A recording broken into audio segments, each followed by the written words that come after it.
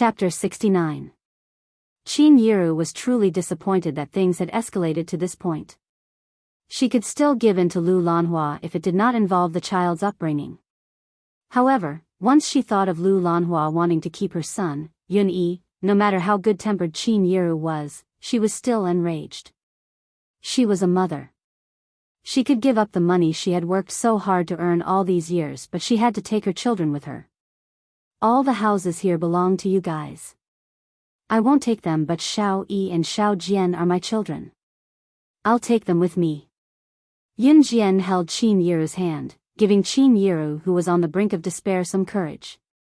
It was the first time Qin Yiru spoke angrily to Lu Lanhua. No matter how good-tempered a person was, they would be forced to lose their temper. Qin Yiru could not take it anymore. Her husband was on credit and had an affair, throwing all the chores to her. Even if she wanted a divorce now, there was a difficult mother-in-law who refused to allow it. That was one thing, but now, even her child was being snatched away. How could she stand it? Great, you're rebelling. It was Qin Yiru's first time being angry at Lu Lanhua. Lu Lanhua was stunned for a few seconds before she stretched her hand to slap Qin Yiru as she cursed. Before Lu Lanhua's slap could land on Qin Yiru's cheek, however, a slender hand caught the old, wrinkled hand. Slap. Yun Jian gave Lu Lanhua a slap with a backhand. The surroundings were quiet, but the slap was loud and clear. Everyone present was dumbfounded by what they saw. No matter what, Lu Lanhua was an elder. No one present thought that Yun Jian would slap Lu Lanhua in public. A granddaughter slapping her grandmother? While everyone watched the scene in shock, Yun Jian chuckled, sending chills down their spines. Try hitting my mom if you dare. I guarantee that you'll walk out of here alive. Don't say that Yun Jian did not respect her elders or that she had gone overboard. She admitted that she was not a good person. She was very protective and selfish. She would not tolerate anyone who bullied her mother, including this grandmother in name. Lu Lanhua, who was slapped, covered her face and looked at Yun Jian in disbelief. Yun Jian had always been timid and cowardly. Even after what she said just now, Yun Jian was someone who did not dare to do what she said. What did she do just now? This useless granddaughter of his actually slapped him? Lu Lanhua was not a good-tempered person. As mentioned earlier, Lu Lanhua was a famous tomboy in town. She had her ways when it came to quarrel, and she was unreasonable. After being slapped by his own granddaughter today, how could he let it go so easily? Well, you've learned how to be mean? You even dare to hit your own grandmother? Do you think I'm an old woman? Do you think I'm too old to hit you? If I don't teach you a lesson on behalf of your shameless mother today, you won't be done. Lu Lanhua rolled up her sleeves and walked towards Yun Jian angrily. Mom, don't be angry, don't be angry. Let's talk this out. Yun Jian quickly grabbed Lu Lanhua's arm to stop her. Ha! Yun Jian only smiled at Lu Lanhua's words. Would she be afraid of Lu Lanhua? Enough. At this moment, grandfather Yun Zhong, who had been standing silently at the side, suddenly slammed the table and roared. Lu Lanhua immediately quieted down at Yun Zhong's roar. It seemed that old Master Yun still had some authority. At least in front of Lu Lanhua. Chapter 70. Yun Zhong's visit this time was to persuade Qin Yiru as well. His original intention was the same as Lu Lanhua's, to make peace. It was just that his attitude was not as firm as Lu Lanhua's. Just now, however, he had made another decision. His second daughter-in-law, Qin Yiru, had it tough marrying this unfilial son of his.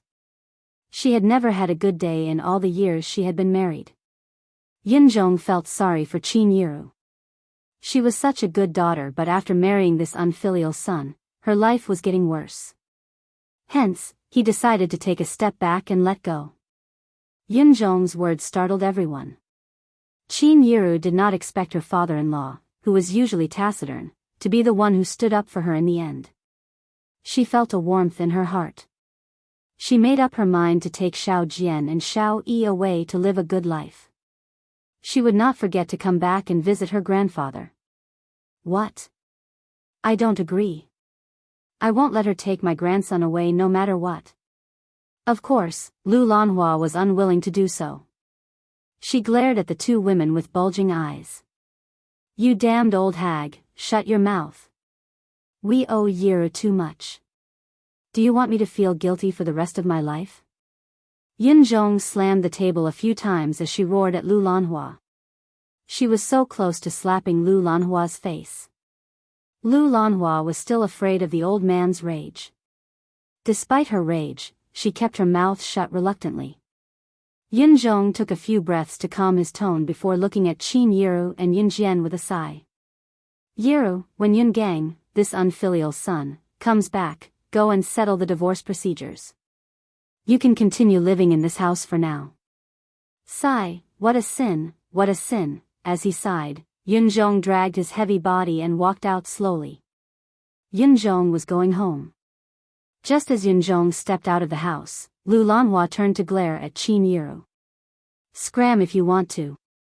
This house belongs to my gang, With that, she glared fiercely at Yun Jian before following Yun Zhong out. Yun Zheng was the most embarrassed. He didn't know what to say, so he just smiled helplessly and left. Only Qin Yiru and Yun Jian were left behind. Mom. When Yun Jian saw that those people had finally left, she gently patted Qin Yiru's shoulder and gently comforted her. Yun Jian hugged Qin Yiru and comforted her in a low voice. Mom, we've survived all those tough times in the past. As long as you, my brother, and I are still around, what difficulties can't we overcome? Qin Yiru did not say anything, but Yun Jian could feel that Qin Yiru's tears had wet her shoulder. As long as we're still here, what difficulties can't we overcome? Yun Jian planned to use this opportunity to move her home to Longmen City and leave Xinjiang town for good. Of course, this plan was not far off. The monthly exams would be held on Monday and Tuesday next week, while the basketball match was scheduled for Friday morning. Many students in the class wore a long face as the monthly exams approached. If they did not do well in the monthly exams, they would be reprimanded again when their parents found out about the results. Therefore, the students were reading aloud in their revision books before the exams began. Xiao Jian, how's your preparation going? Lu Fian looked at Yun Jian with a troubled expression, feeling a little nervous as the exams were about to begin. No problem, Yun Jian replied. It was fine if she did not prepare. After all, this level of paper was a piece of cake for her. Everyone knew that Yun Jian's grades were at the bottom of the class. Every time the exams came, Yun Jian was the one who was most troubled. Yun Jian's no problem attracted a lot of attention from the students. However, Wang Ruru heard Yun Jian's words. She was still holding a grudge about what happened last time, so she could not help coming over to mock Yun Jian when she heard that she was no problem with her studies. Chapter 71. Wang Ruru's sarcasm did not change Yun Jian's mood at all. Yun Jian curled her lips and said, "Thank you for your kind words." After a pause, she added, "I'll return the same words to you." You. Wang Ruru did not expect Yun Jian to refute her. She bit her tongue in anger. Then, Wang Ruru thought of something. She chuckled and looked at Yun Jian with disdain. So what if your mouth has become better? If you have the ability, you can get the same results as me. Yun Jian knew early on that the original owner's grades were very poor. She was at the bottom of the class and could even be ranked at the bottom of the school. Although Wang Ruru's grades were not the best, she could still be ranked in the top 10 of the class. Wang Ruru was certain that Yun Jian's grades would not improve, so she said those words. Then wait and see. Now, please move aside because you're an eyesore. Yun Jian narrowed her eyes and looked into the distance. When Wang Ruru heard that, she stomped away angrily. However, she thought to herself, when the results of the monthly exam are out, you can hide in a corner and cry. Once Wang Ruru left, Yun Jian's ears finally quieted down. The exam began very quickly. After Yun Jian received the test papers, she was not in a hurry to start writing. For every exam, she only used 10 minutes to finish the test papers and then lay down on her seat to sleep. The invigilator was already used to these students with poor grades sleeping in the examination room and pretended not to see it. When Wang Ruru saw that Yun Jian only started writing, her smile became even more obvious. Look, she was so good just now, but didn't she only write for 10 minutes and then forget how to do the test papers? Haha, it's most likely because the questions are too difficult and she can't do it. Wang Ruru did not know that Yun Jian only used 10 minutes to finish all the test papers. There were monthly exams on Monday and Tuesday. After all the test papers were collected, the teachers were not in a hurry to mark the papers. Because this monthly exam was a joint examination between the 5 schools, all the test papers would be submitted to the higher-ups for marking after they were bound. Therefore, the results were released a few days later. Friday. Early in the morning, the breeze blew gently, and the morning sun was very warm. A layer of golden sunlight shrouded Yun Jian's body. Yun Jian's hair was tied into a high ponytail today, looking spirited. She clasped her backpack on one shoulder and walked into the classroom with a relaxed expression. Li Xiangyi's shout came from behind. Yun Jian, hurry up and go to the playground. The basketball game is about to start. Those little bastards from Dongjiang town have been waiting at our school's playground for a long time. We can't lose momentum first. Yun Jian pursed her lips slightly. She didn't respond to Li Xiangyi directly, but took action instead. At this moment, Yun Jian was standing at the door of the classroom. When she heard Li Xiangyi's words, she grabbed her bag and threw it at her desk a few meters away. Every throw was a hit.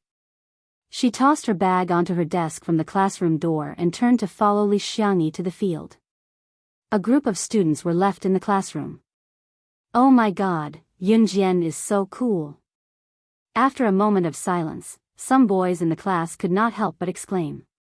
Previously, I looked down on Yun Jian for representing our school in the basketball game, but after what she did just now, I'm convinced. Let's go to the field and cheer for Yun Jian. The group of boys in the class rushed to the field noisily.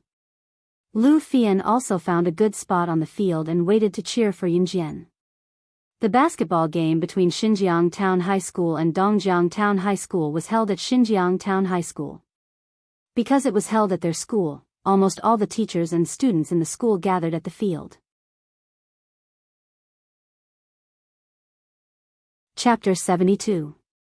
The captain of Dongjiang Town High School's basketball team, Zhang Jun, had brought his team to the field early in the morning. The moment he saw Yun Jian, he smiled so widely that his eyes narrowed into slits. This time, with Yun Jian in Xinjiang Town High School's team, Dongjiang Town High School would definitely win. A girl playing basketball? Heh, this must be a joke. In fact, Zhang Jun was not the only one who thought so. Most of the teachers and students in Xinjiang Town High School were worried as well. A girl playing against Dongjiang Town High School's basketball team was something that had never happened in recent years. After all, it was a fact that girls' stamina was not as good as boys. Could their school still win? However, everyone continued to watch with anticipation.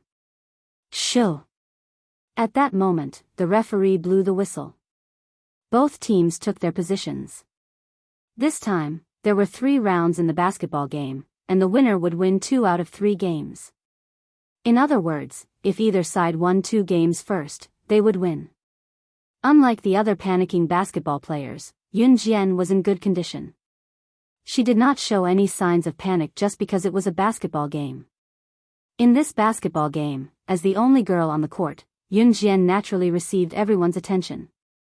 I now announce that the first round of the annual friendly basketball game between Xinjiang Town High School and Dongjiang Town High School has officially begun.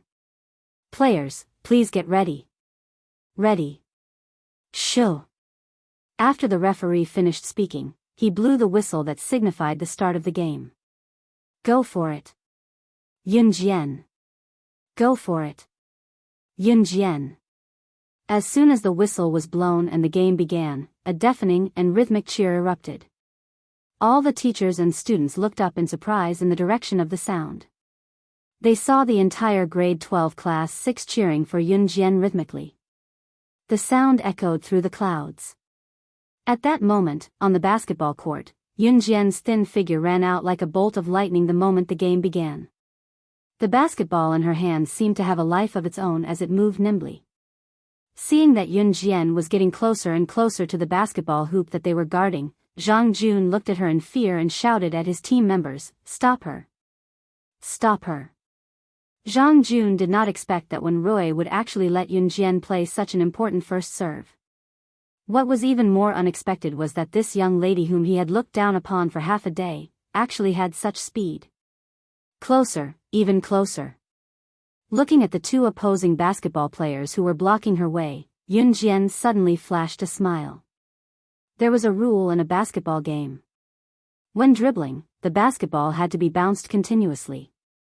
One could not run while holding the ball. But do you think you can stop me like this? No way. Yun Jian grinned. She tapped the basketball in her hand.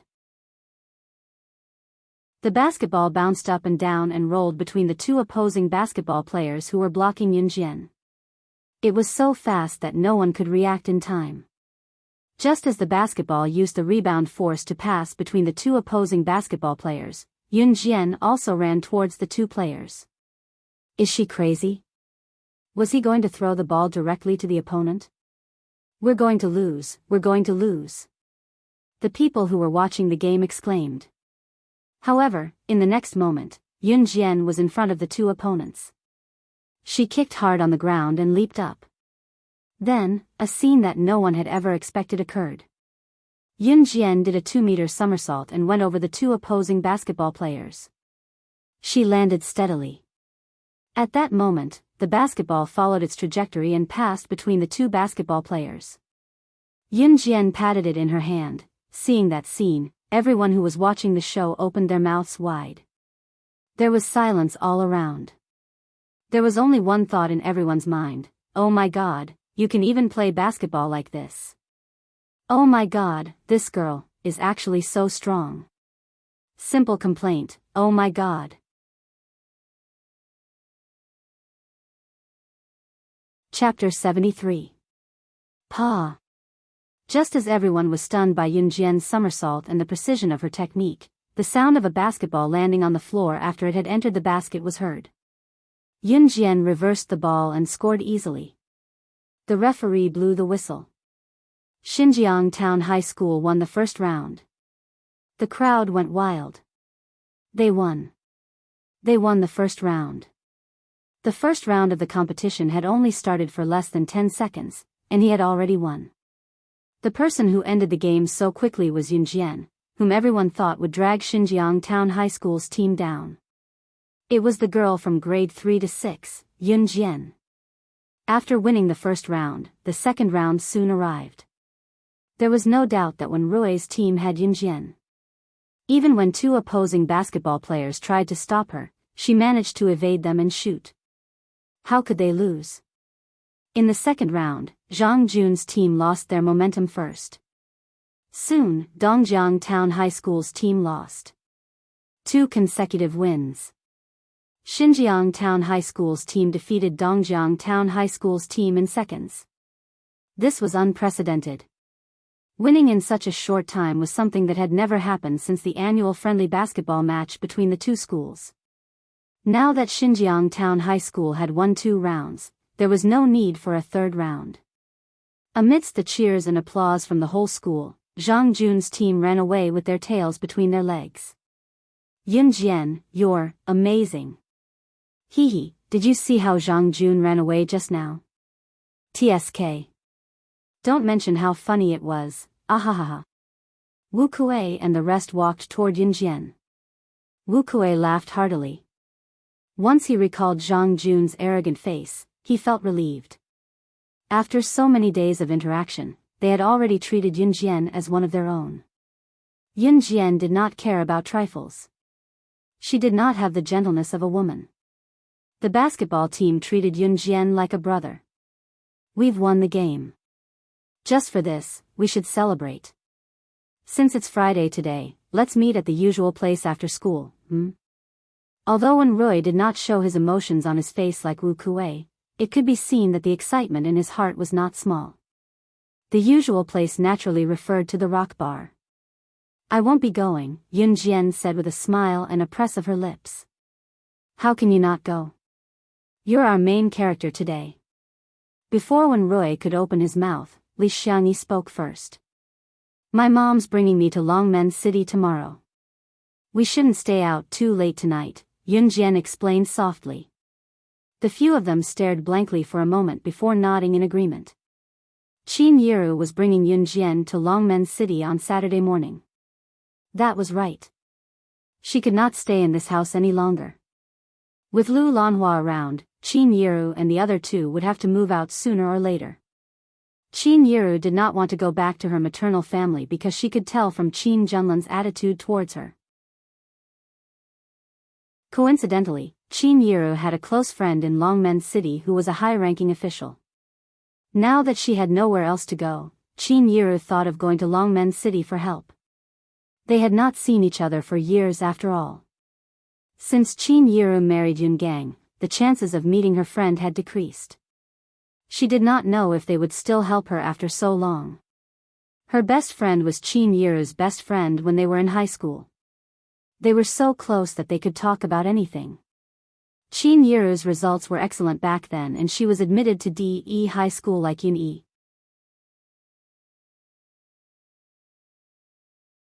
Chapter 74. Early the next morning, Qin Yiru took Yun Jian on the bus to Longmen City. Following her blurry memory, Qin Yiru gritted her teeth and took a taxi to Longmen City's affluent street. Just as its name suggested, the people who lived here were either rich or powerful. Qin Yiru's best friend was a high-ranking official, so her family was rich. Qin Yiru was actually a little embarrassed to come, but she was now forced into a corner. She had thought of everything she could think of, so she could only brace herself and come to her rescue. Gritting her teeth, Qin Yiru made up her mind to knock on the door. Knock, knock, knock. Qin Yiru knocked for a while but no sound came from the house. Standing aside, Yun Jian could not help stopping Qin Yiru's hand when she saw her mother pounding on the door with all her might, telling her, "Mom, the door is soundproof. You won't be able to hear us if you knock like this." As she spoke, Yun Jian pressed the doorbell beside the door and smiled sweetly at Qin Yiru. That's how it should be. Oh, there's such a thing. Qin Yiru did not know about this. She was stunned before she nodded. Look at her. She was old and could not keep up with the times. Just as Qin Yiru finished, the villa's door was opened and a fashionable woman in her 40s appeared before them. The woman had a voluptuous chest and a slim waist. Although she was in her 40s, she took good care of herself. She looked like she was in her early 30s. In comparison, Qin Yiru had half a head of white hair while wrinkles crept up the corners of her brows. As she grew older, she was beginning to gain weight as well. Shower Wan. When Qin Yiru saw the woman for the first time, she felt a lump in her throat and called out. Yiru? When Dong Wan saw Qin Yiru for the first time, she could not react in time. It had only been 5 or 6 years since they last met, but Qin Yiru had changed so much. Her face was old and wrinkled, and her body was getting fatter with age. How was she still the youthful, beautiful, and energetic girl? Dong Wan felt a stab in her heart. She reached out to caress Qin Yiru's calloused hand. Her tears were about to fall. What's going on? Yiru, it's only been a few years since we last met. How did you end up like this? Dong Ruan's tears fell immediately as she spoke. When Qin Yiru thought about what had happened back then, she couldn't say a single word that she had prepared. She couldn't help but cry. The two old friends who had been separated for a long time hugged each other tightly. To explain why Qin Yiru was so out of control today, it all started back then. Back then, Qin Yiru decided to give up her studies and drop out of high school so that her brother could marry her sister-in-law and her sister could marry into a good family. Moreover, her family was not well off. As her best friend, Dong Ruan was strongly against it. At that time, she had a huge argument with Qin Yiru. In the end, Qin Yiru went back to town to get married. It was also from then on that Qin Yiru and Dong Ruan's relationship gradually faded. However, the two of them still kept in touch. Until 5 years ago, when Yungang lost a huge sum of money in gambling and was being chased for repayment. Naturally, Qin Yiru's family could not afford such a huge sum of money, so Dong Ruan paid for her family. Of course, Dong Ruan advised Qin Yiru to divorce Yungang immediately. She said that Yungang was unreliable. Qin Yiru refused and wanted to give Yungang a chance. Hence, the two of them had a huge argument. Although Qin Yiru had a weak personality, she would never turn back once she set her mind on something. At that time, Dong Ruan was forced into a corner and said, "If you continue living like this, Yungang, this bastard, will cheat on you sooner or later. When that time comes, it will be too late for you to regret it." It was because of this sentence that Qin Yiru and Dong Ruan suppressed their anger for a few years. Both of them were stubborn and neither of them was willing to give in on this matter. Hence, they completely broke off contact with each other from then on. Qin Yiru knew that Yungang gambled, but she always believed that Yungang would never cheat on her. It was also because of this that she continued to live with Yungang. However, she really didn't expect that Yungang would really cheat on her.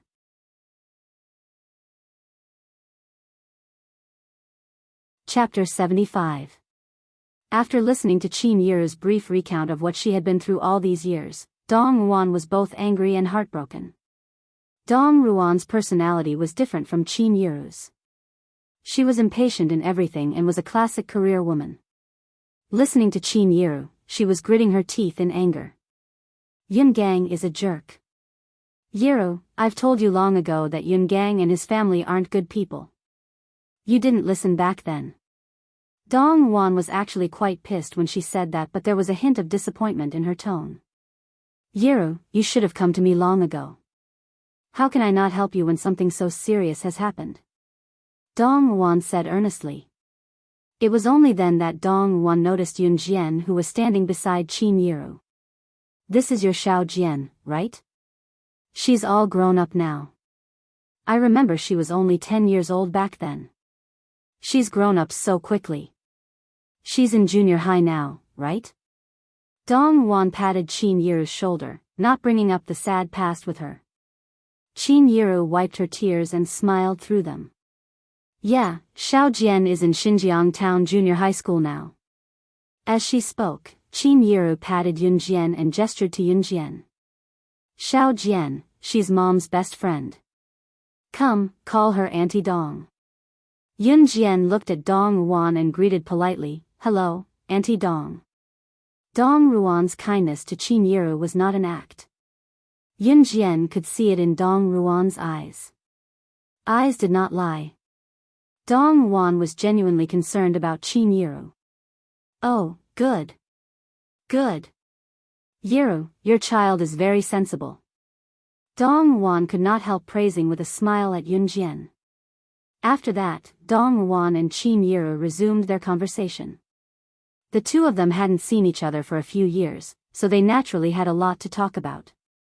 As she spoke, Dong Ruan turned to ask Yun Jian, Xiao Jian, since you guys are leaving that home, why don't you move to Longmen City? You can stay at your Auntie Dong's house. Coincidentally, you're in the 3rd year of middle school, and you're about to take your middle school exams. Your Auntie Dong will transfer you to number 1 middle school, okay? The teaching standards of number 1 high school are guaranteed to be top-notch. Qin Yiru had just told Dong Ruan everything. Since Qin Yiru wanted to divorce Yungang, her home was still Yungang's property. In this way, Qin Yiru had to find another place to live. Dong Ruan gave it some thought, thinking that her family was in trouble anyway, so she volunteered to have Qin Yiru and her family move to Longmen City. Qin Yiru was also very grateful for Dong Ruan's help, but they were old friends after all, so she didn't say much. Moreover, Dong Ruan could send Xiao Jian to EE. Number 1 high school's teaching standards were quite good. It was the best junior high school in Longmen City. Many parents tried their best to send their children to number one high school, even forking out large sums of money, but it was all in vain. Xiao Jian's grades were poor, but she could definitely improve her grades if she went to number one high school. Qin Yiru and Dong Wan had come to an agreement. Dong Wan was here to ask Yun Jian if she was willing to transfer to Longmen City. After all, the child's approval was very important. Transferring schools meant that they had to enter a new environment and reintegrate into a new group. Especially now, transferring schools in the middle of the third year of middle school, she might not be able to fit in at school. Yun Jian was taken aback. She had planned to move her family to Longmen City, but Dong Ruan's suggestion was a perfect fit for her. I'm okay with it. Yun Jian nodded with a press of her lips. Thus, the matter was settled. Screech. At this moment, the sound of an emergency brake suddenly came from the courtyard of the villa. A black and dazzling limited edition sports car drifted on the spot and stopped right in front of the few of them. The sound startled Qin Yiru. Cars were rare these days, let alone a sports car. What's more, the car did an emergency drift just now and stopped in front of them without missing a beat. Yun Jian narrowed her eyes in thought when the car door opened and a tall figure stepped out from the driver's seat. The person's face came into focus. Handsome, deep, and unfathomable. Yun Jian was stunned when she got a clear look at the person.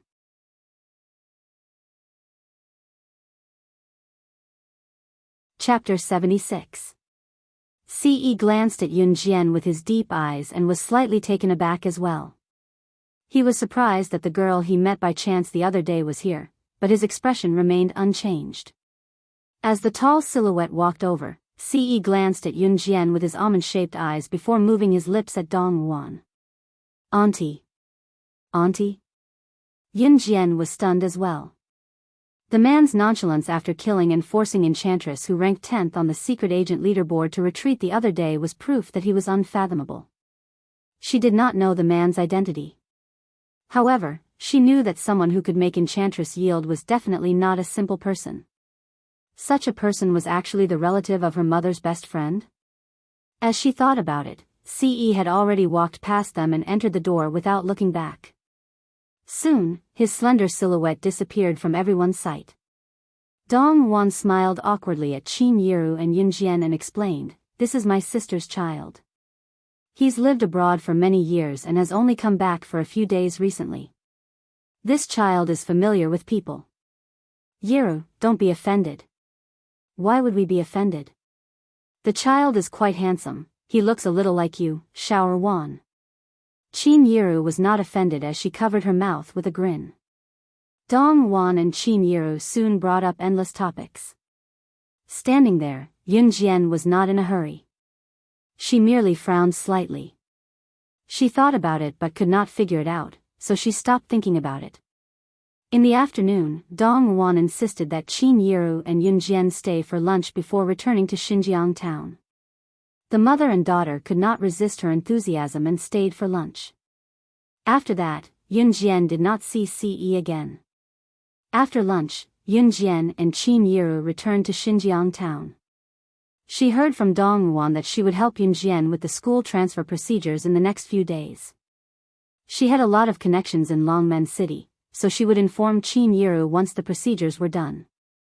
After that, Yun Jian and Qin Yiru moved out of that house and moved to Dong Ruan's house temporarily. Yun Jian could not tell Qin Yiru directly that she had the money to buy a house in Longmen City. All in all, everything would be fine if they moved to Longmen City first. Qin Yiru was reluctant to leave Xinjiang town because she was moving.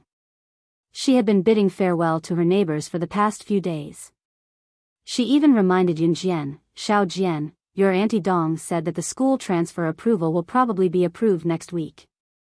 You'll be staying in Xinjiang Town Junior High School for another week, so you should bid farewell to your friends properly. Don't forget to mention this to the teacher." Yun Jian nodded and replied, "I know, Mom."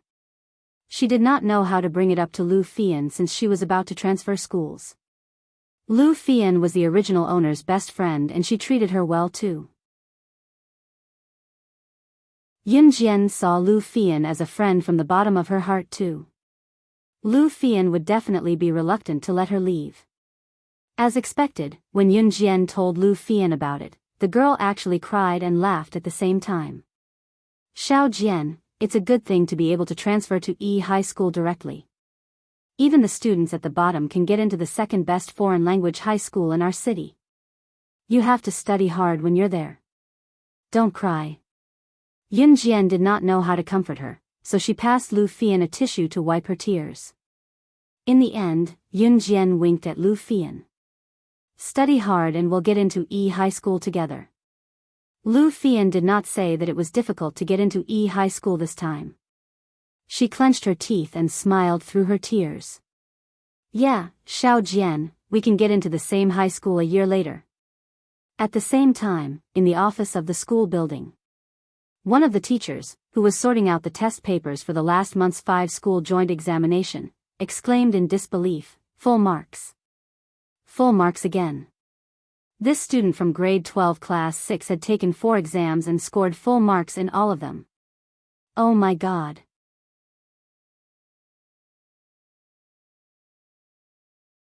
Chapter 77. In the classroom, Lu Fian had yet to recover from the shock. She pretended that she was not sad anymore because they had promised to enroll in the same high school a year later. However, how could she be truly happy when her best friend who had been hanging out with her for so long was transferring schools? In spite of it, she was still genuinely happy for Yun Jian that Yun Jian could attend E High School in the city. After all, a high school like E High School was a place that others could not attend even if they wanted to. It was great for Xiao Jian's future and her studies that she could attend there. Hey, the results of the monthly test for the 5 schools are out. I heard that the person who got first place in all 5 schools is from our school. A student who was more well-informed in the class boasted with his head held high, as if he was the one who got first place in the 5 schools joint test. As expected, the entire class's attention was drawn to the student's words. Hey, is that true? The first place in the test organized by the 5 schools is from our school? This has never happened before. One had to know that the 5 schools this time included number 1 middle school. E High School is the city's senior high school and they have a lot of top students. I heard that the best ones in E High School are close to full marks. Is there really someone from our school who can get first place in all 5 schools? You're bluffing, right? Unless there's someone in our school who got full marks in all the subjects. How can such a thing happen? Someone in the classroom did not believe it and retorted to the student who was well-informed just now. Pfft, ha, you're right. This student from our school really got full marks in all the subjects. It's the talk of all the teachers in our school now. The student who had boasted just now replied boastfully. It was as if he was the one who had earned this great honor.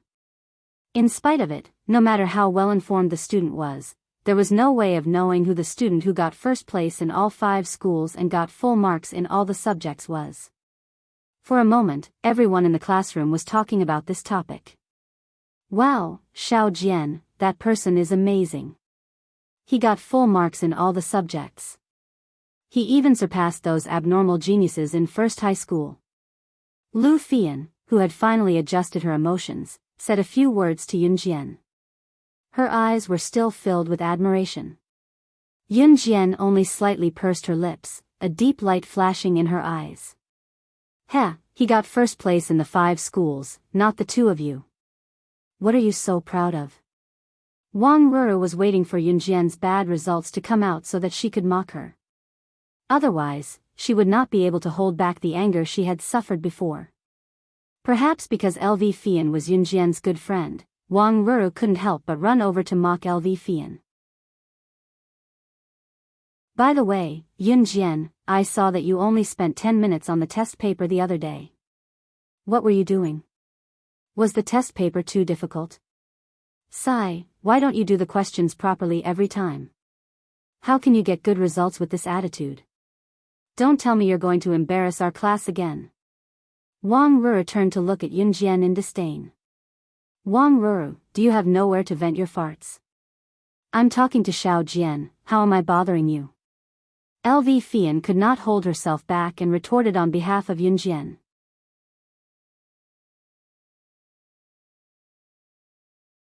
Chapter 78. What do you mean it's none of my business? Lu Fian, how can you say that? Wang Ruru was not a good-tempered person. She retorted immediately after Lu Fian said that. As she spoke, she sneered and said confidently, I'm the class committee member. Yun Jian's grades are not good, so I'm here to ask her to study harder in the future. Is that wrong? As Wang Ruru spoke, she puffed up her chest as if she was speaking the truth. However, Lu Fian and Yun Jian could tell that Wang Ruru was here to pick a fight. Hey, you! Lu Fian was also sullen. Before she could say anything, a classmate ran in from outside the door. The classmate said with a bitter face, "The form teacher is here. The form teacher is here. She's still holding the Chinese monthly exam papers. Oh no, I didn't perform well in this exam. What should I do?" Every time the results of the monthly exam were released, there were always some who were happy and some who were sad. There were students who did well, and naturally there were students who did not do well or did not perform well. However, some students who felt that they did well were full of anticipation when they heard that. Yun Jian sat in her seat without any change in expression. Wang Ruru and Lu Fian's argument naturally stopped.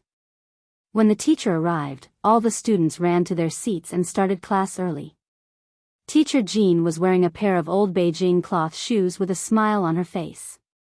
Even the nervous students could clearly feel Teacher Jin's happy mood. The results of this monthly exam are out. Teacher Jean stood on the podium and spoke to the class casually. However, her eyes kept glancing at Yun Jian in the corner. Everyone knows that this monthly exam is a joint exam between 5 schools. It's very difficult. As she spoke, Teacher Jean narrowed her eyes and purposely kept them in suspense. There's a student in our class who did very, very well. Teacher Jean did not continue. She purposely kept them in suspense but did not point it out immediately. Alright, let's distribute the Chinese test papers first. Those whose names are called, come up and collect your papers. There's no ranking. As Teacher Jean spoke, she took out a large stack of Chinese test papers and called out their names one by one. Zhou Xiaoshan, 89 marks. Yang Lei 67 points. Wang Ruru has improved a lot this time. She scored 108 points. Everyone, please give him a round of applause. Teacher Jean continued to report. Wang Ruru, who had been called out, stood up. As the representative of the Chinese class and having been praised by the form teacher in front of the entire class, she instantly felt that she was very impressive. She raised her head arrogantly and walked towards the podium. Wang Ruru's full score for Chinese was 120 points. After deducting the necessary points for her essay, Wang Ruru's score of 108 points was already considered very high. When she passed by Yun Jian after receiving the test papers, Wang Ruru deliberately spread out the test papers so that Yun Jian could see the 108 marked on her test papers with a large red fountain pen. There was no need to mention how awesome he looked. It was as if she was afraid that others wouldn't know that she had scored 108 points.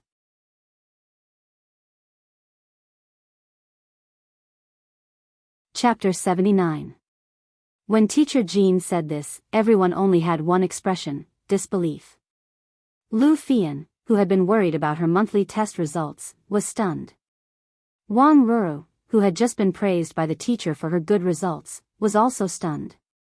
The whole class was so shocked that even their breathing stopped.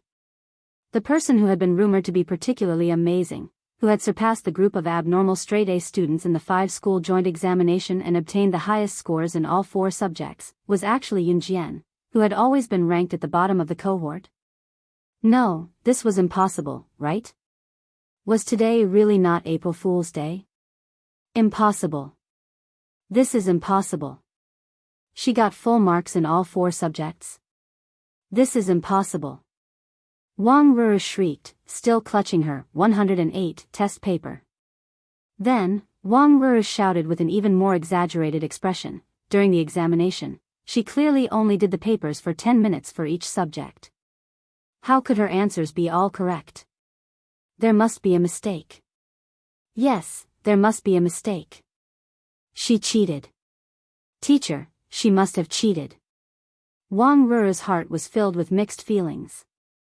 She felt that what she had said and done to Yun Jian before was laughable, and it wandered around the tip of Wang Ruru's heart. However, Wang Ruru's nonsensical words had a different meaning in the ears of the other students. Yun Jian only did the papers for 10 minutes? Oh, they remembered. During the examination that day, Yun Jian had only done the papers for a while before lying down to sleep. But why did she actually get the highest scores in all 5 schools?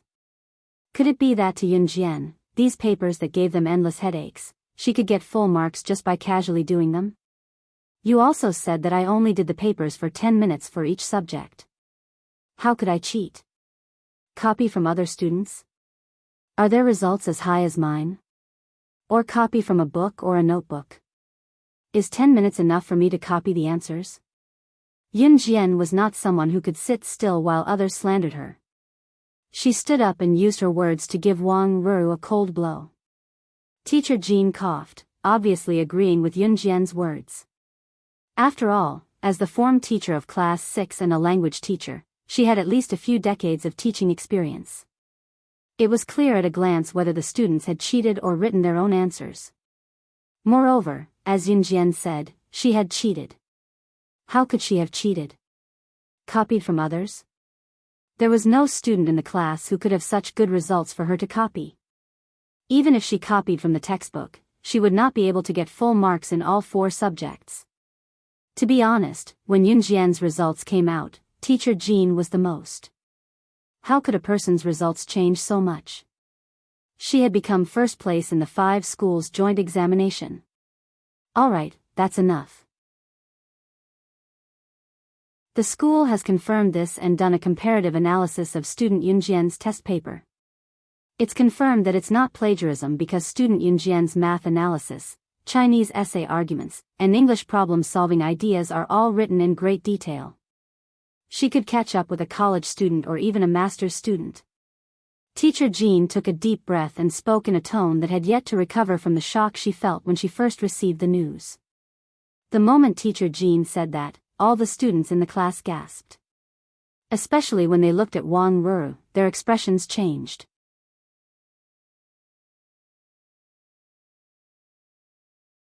Chapter 80. A week passed quickly.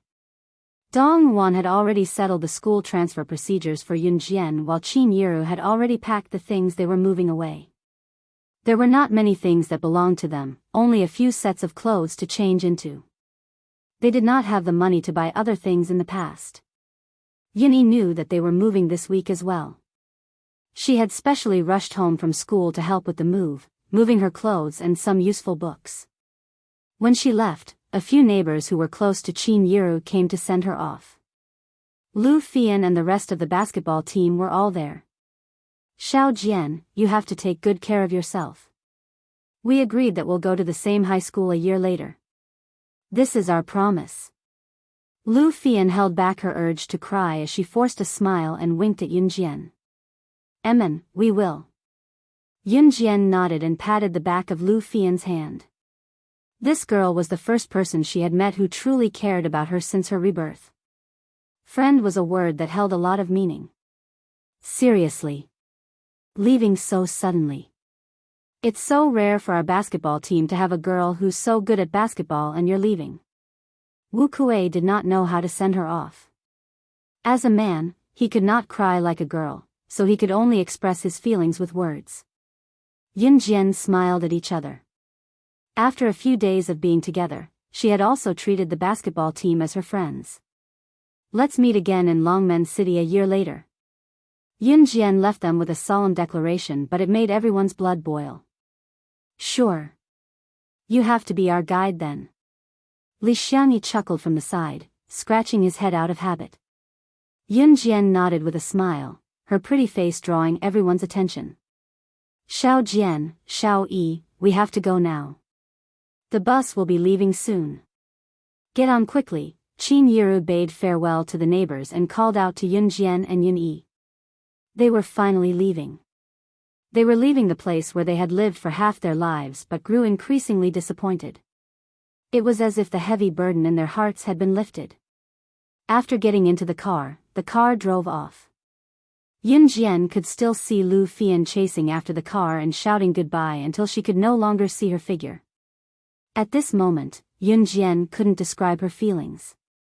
However, she knew that she was destined to move forward. She was not a person who valued friendship and righteousness, but she was not a heartless person either. He would not stop his footsteps for anyone.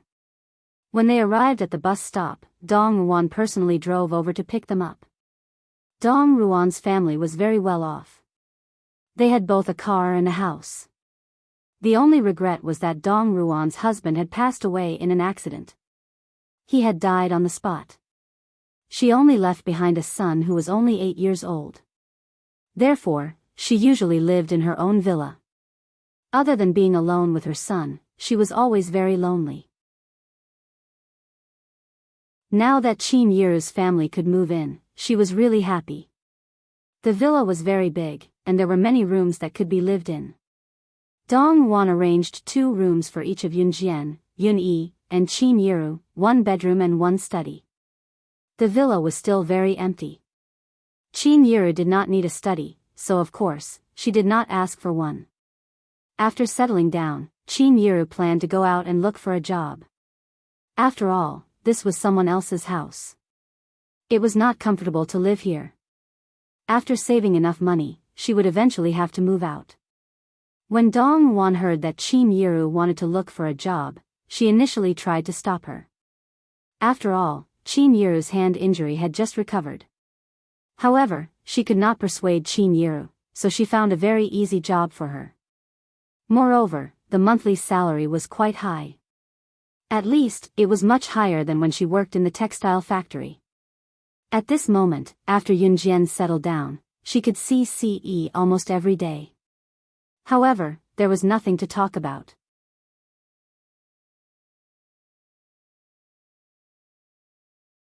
Chapter 81. What Yun Jian did not know was that before Yuan Yingjun, who stayed in Xinjiang town, could play his dirty tricks on her, Yun Jian had already transferred to another school. Reality proved that when Yuan Yingjun heard that Yun Jian had transferred to another school without a word, he was so angry that he almost vomited blood. He watched as his meticulously planned plan went down the drain. Of course, this was a story for another time. At this moment, Yun Jian was carrying her daily necessities.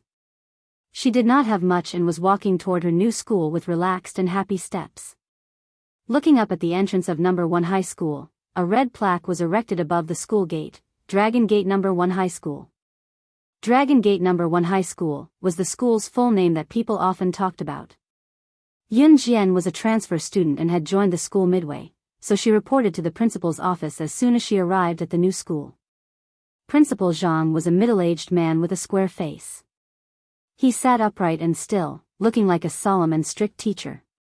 Since Yun Jian was introduced by Dong Ruan and Dong Ruan was a high-ranking official in the city's education bureau, Principal Zhang's attitude toward Yun Jian carried a hint of flattery. He even arranged Yun Jian to be in the best class in Year 3. Year 3 Class A. Every grade here was divided into classes by alphabets. For example, Class A, B, C, D, of course. The students who were able to enter No. 1 middle school were either from wealthy families or had excellent academic results. The students in Class A of each grade were either the most well-off or the most outstanding in this group. Due to Dong Ruan's background, Yun Jian was directly arranged to be in Class A. The homeroom teacher of Year 3 Class A was a female teacher who had just graduated from university. She looked very young, probably in her 20s, and her surname was Yu. To be able to get this position right after graduation, her family must be wealthy as well. Teacher Yu brought Yun Jian to the dormitory and packed her daily necessities before bringing Yun Jian to class. Longmen No. 1 Middle School had a rule that all students who studied here had to stay on campus from Monday to Friday, even if they were from wealthy families. Yun Jian knew about it early on, so she brought her daily necessities. Fortunately, there weren't many things, so she packed them up quickly. In the classroom of Grade 3 Class A, during the break, the students in the classroom were all grinning and having fun. Teacher Yu led Yun Jian into the classroom and gestured for the whole class to quiet down. This is a new transfer student. I hope that everyone can get along well in the future. Next, let's invite the new student to introduce himself. Teacher Yu said. When Ms. Yu said this, all the students in the class stared at Yun Jian. Yun Jian was not bad looking. She had big eyes, long and thin brows, and the long and narrow eyelashes beneath her eyes fluttering. She was small yet adorable. It was just that her tattered old clothes that were so worn that they had faded from being washed, spoiling the scene. A girl looked at Yun Jian's appearance with jealousy and rolled her eyes. Pfft, she's most likely someone who came from a poor village. I don't know how someone like her got into our class A. Most of the students here said whatever they wanted without any hesitation. Because of their family background, even the teachers could only turn a blind eye and pretend that they didn't hear anything. Yun Jian naturally heard it, but she pretended not to hear it. She simply introduced herself. I'm Yun Jian. That's it? What about self-introduction? That's it? The students sitting below were all stunned. Yun Jian. Why did this name sound so familiar?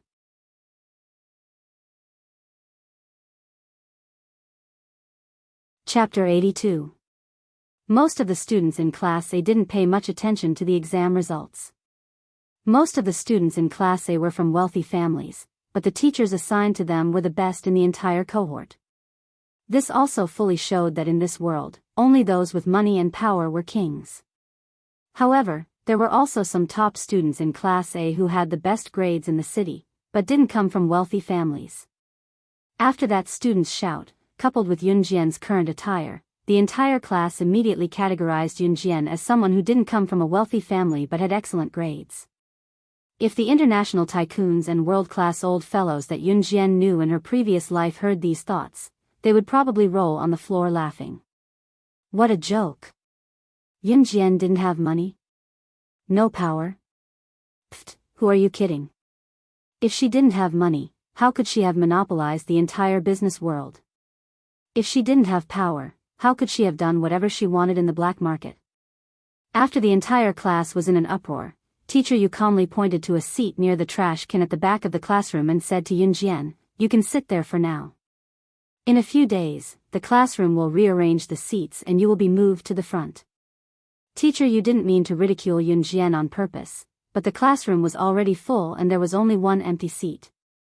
Number 1 middle school was the place where parents in the city racked their brains to send their children to school. If it weren't for Dong Wan, the seat beside the trash can would have been taken away long ago. Okay. Yun Jian nodded and walked down from the podium to the seat Teacher Yu pointed out.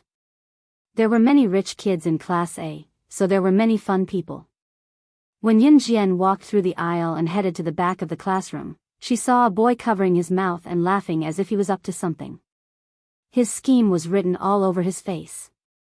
Yun Jian pretended not to see it and continued walking to the back of the classroom. When she went to the back and was near the seat of the boy who was smirking just now, he suddenly extended a leg, wanting to hook Yun Jian with it to tease the new student. Many of the students in the class were laughing in their hearts, as if they were already accustomed to this boy's trick of entertaining new students. In everyone's imagination, when Yun Jian walked over, she was suddenly tripped by the boy and fell directly to the ground with a bang, causing the whole class to burst into laughter. However, that was not the case. The boy suddenly stretched out a leg. Under the expectant gaze of the students, Yun Jian smiled. She lifted her leg and was about to walk over, but suddenly stopped in midair. The boy had already stretched out his leg and placed it in the middle of the aisle. At this moment, Yun Jian paused her leg in the air and suddenly stomped down. Ah! Looking again, the boy's leg was actually stepped on by Yun Jian. He cried out in pain, "Ah, it hurts, it hurts." Yun Jian stomped hard. She paused for a moment and then raised her leg. Her eyes were bright, but she was looking ahead. In other words, she had accurately stepped on the boy's leg based on her intuition. When the students in the class saw this scene, they were all dumbfounded. Every time a new student came to the class, as long as they were students who did not come from rich families but were exceptionally good in their studies, they would be bullied. Just like what the boy did just now. However, no one had ever been able to avoid it. When Yin Jian walked over just now, it was as if she did not know about this at all. How did the next moment, the person who was being stepped on become this boy?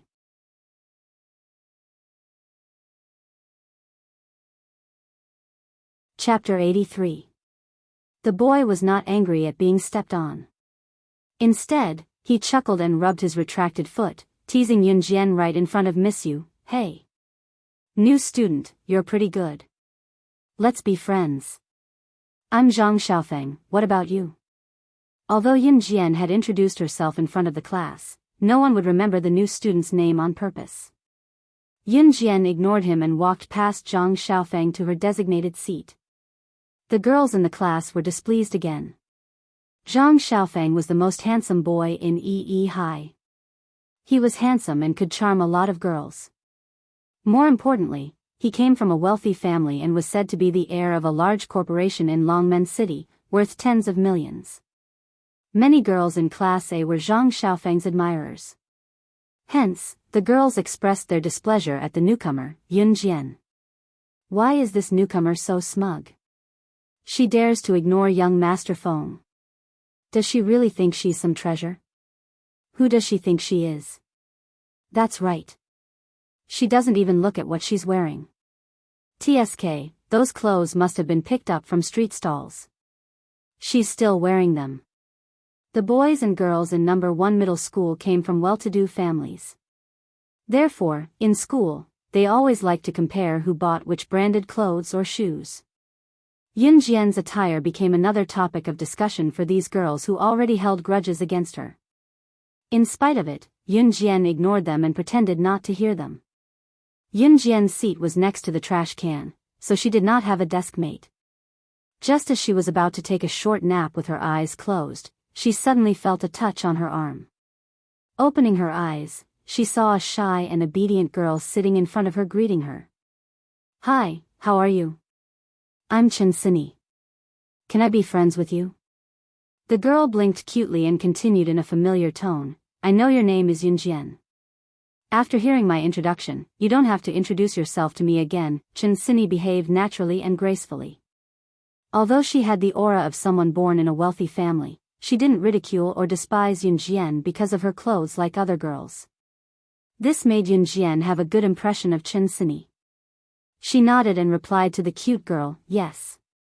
Since you've agreed, then we're friends from now on. You can't go back on your word. Chen Sini smiled sweetly and made a face at Yun Jian, with a hint of mischief in it.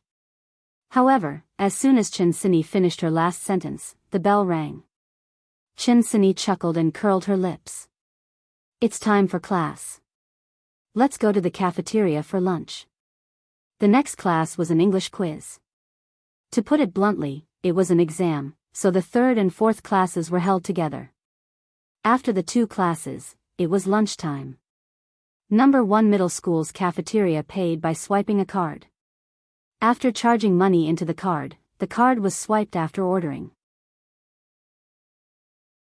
Lunchtime was 1.5 hours long, so it was enough for the students to line up and eat.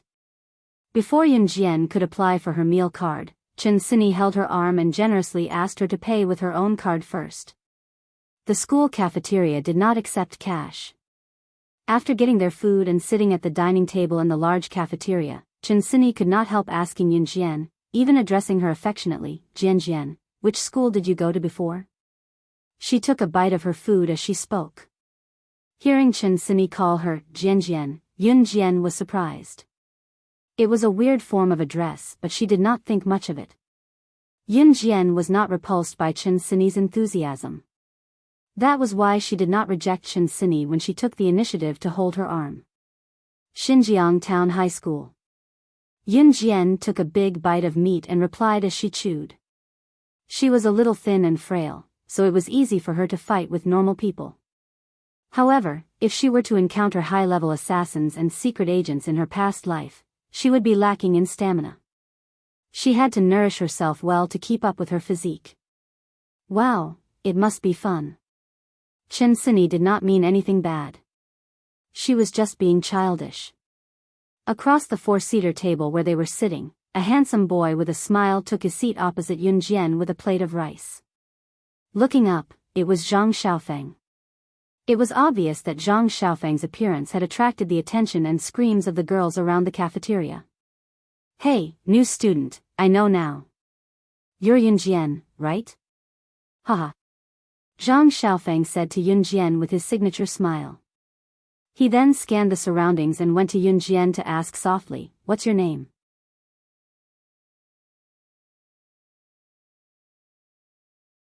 Chapter 84. Once Zhang Xiaofeng said that, Yun Jian looked up at him and went back to eating without replying. Zhang Xiaofeng panicked and turned to Chen Sini, who was giggling. "Hey, Sini, put in a good word for me." It looked like Zhang Xiaofeng and Chen Sini were old acquaintances and had a close relationship. "Heh heh." Chen Sini chuckled with a hand over her mouth and turned to Yun Jian. "Jian, don't teach him. He's bad." Zhang Xiaofeng and Chen Sini were actually cousins and had been bickering since they were young. As Zhang Xiaofeng was a few months older than Chen Sini and had a playful personality, he usually liked to bully Chen Sini. Hence, Chen Sini took the opportunity to get revenge on Zhang Xiaofeng in front of Yun Jian. "Go away." Zhang Xiaofeng waved his fist at Chen Sini when he heard what she said to Yun Jian before looking at Yun Jian. "Yun Jian, I don't care. I'll take it that you've accepted me as your disciple if you don't say anything." Yun Jian grinned and moved the chopsticks in her hand, uttering faintly, "Let's eat." Zhang Xiaofeng and Chen Sini were speechless. A week passed by quickly.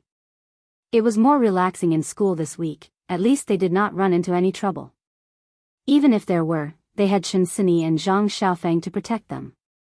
These few days, Zhang Xiaofeng had been chasing after Yun Jian and calling her master, non-stop, surprising a lot of people. Yun Jian was exasperated. It was Friday soon. Yun Jian packed the things she wanted to bring home for the weekend. There was not much, so she put everything in her bag and left the dorm for the school gate. There was a direct bus from Human High School to her family's villa. Yun Jian went to the bus stop after she exited the school gate. There was a lot of traffic in front of the school gate.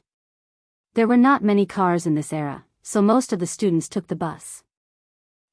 Just as Yun Jian followed the crowd to take the bus, a black limited edition Lamborghini sped over and drifted to a stop at the empty space in front of the school gate.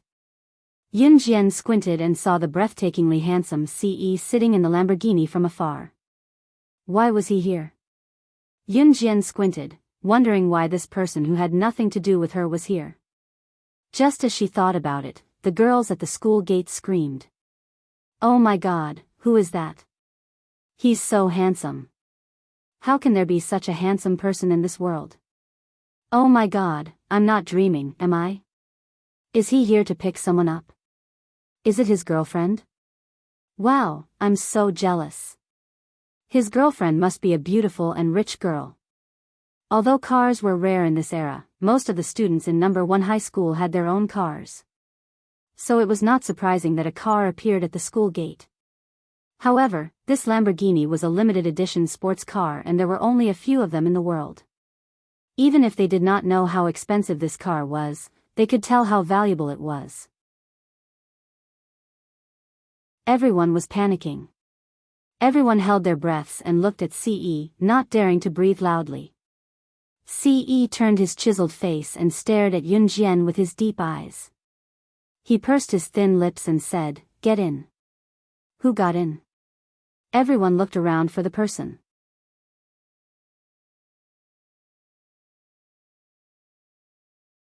Chapter 85.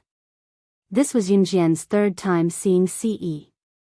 The first 2 times, they had only seen each other, but they hadn't even spoken to each other.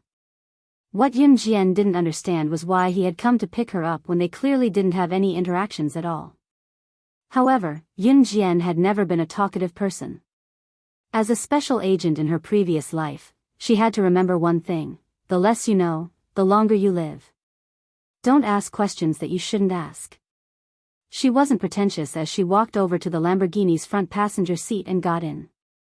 This kind of super sports car could only seat 2 people and didn't have a back seat. Just as Yun Jian got into the car and closed the door, the Lamborghini's accelerator was suddenly stepped on. The entire car was like a flying arrow as it whizzed across the road like a gust of wind and disappeared from everyone's sight. The surrounding group of people was instantly dumbfounded. Although they had cars at home, they had never seen a car that could be driven at such a fast speed. The car just now wasn't driven at such a speed, it was as if it was running at full speed. That speed was really like a gust of wind. The surrounding group of people watched as the sports car left in a flashy manner. The handsome man driving the sports car left with Yun Jian, and they all revealed looks of disappointment. It was also at this moment that a good-looking girl pointed in the direction Yun Jian had left in and raised her eyebrows at her friend beside her. She spoke loudly as if she was afraid that the surrounding group of people couldn't hear her loud voice. "Isn't that girl just now a new classmate from our class? I heard that she transferred in from an ordinary school in the town." As soon as the girl said that, some of the surrounding students turned their attention to the girl. The feeling of being the center of attention made the girl feel very comfortable as she continued to speak her long-winded speech. It was as if she was the one sitting in the Lamborghini sports car. In fact, this girl had appeared before. When Yun Jian had just entered the classroom, she had taken the lead to scold Yun Jian in front of the teacher. She had said that Yun Jian was obviously from a poor village. She even mocked Yun Jian without hesitation. How did someone like her get into Class A? This girl's name was Lu Rongrong. At this moment, Lu Rongrong seemed to know everything about Yun Jian. In front of all the teachers and students at the school gate, she began to boast about her. At this moment, inside the Lamborghini. It was the middle of October, and the cold wind had just started blowing. The weather was slightly colder. Especially since it had been drizzling for the past few days, the change in the weather was even more obvious. The heater was turned on in the sports car, so it was warm. Unlike the coolness outside, it was much more comfortable. Not long after the car left the school gate, CE said, "My aunt asked me to pick you up from school." Does this mean that it was Dong Ruan's idea to pick me up from school and not his own? Yun Jian nodded and answered without batting an eyelid. Yun Jian sat in the car. She was only wearing a short-sleeved shirt. The warm air from the heater in the car raised her temperature. CE's driving skills were very good. He stepped on the accelerator tightly and sped wildly on the bustling street without hitting anyone. Yun Jian's driving skills in her previous life were among the best in the world. CE's driving skills seemed to be on par with hers. However, if they were to really compare, perhaps there would be a different situation.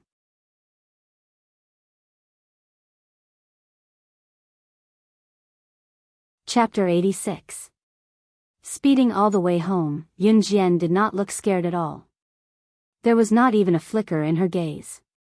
A normal girl would have shrieked at the speed of the car. CE narrowed his eyes. This girl was different from the rest since their first meeting. When they arrived at the villa, Yun Jian went straight to her bedroom. At this hour, both Dong Ruan, who was a high-ranking official, and Qin Yiru, who had gone out to work, were still at work. Therefore, there was only Yun Jian and CE, who was in the room not far from hers, left in the villa. The atmosphere was strange. Yun Jian was already in her bedroom. She turned on her laptop and logged in to the secret web page. Beep, beep, beep. After 3 beeps, a message popped up. It was a private message sent by Snake Lizard not long ago. It was short and simple. "I'm here." She had arrived in Longmen City. Yun Jian pursed her lips slightly as she typed, "Wait for me, I'm coming over now," on the keyboard. She then closed the web page and closed her laptop, changing her outfit and heading out. Just as she stepped out, she saw CE, who was in the room next door, opening his door and coming out of his room. Yun Jian's eyes darted around as she went over and extended her hand without hesitation. "Lend me your Lamborghini." CE raised his eyebrows and glanced at Yun Jian suspiciously. "You know how to drive?" He had checked the girl's background. She was born in an ordinary family and was still an underage girl. However, the truth was not as simple as it seemed. Yes, Yun Jian answered with a wave of her hand. Ce was not stingy as he tossed the car keys to Yun Jian. The Lamborghini was a global limited edition supercar that he had personally modified. He would not lend it to anyone easily. He had never let anyone drive the car since it was in his hands. Yun Jian was the first person other than himself to have done so. He didn't even know why he lent his car to her. At this moment, Yun Jian had already sat in the front seat of the Lamborghini and started the engine.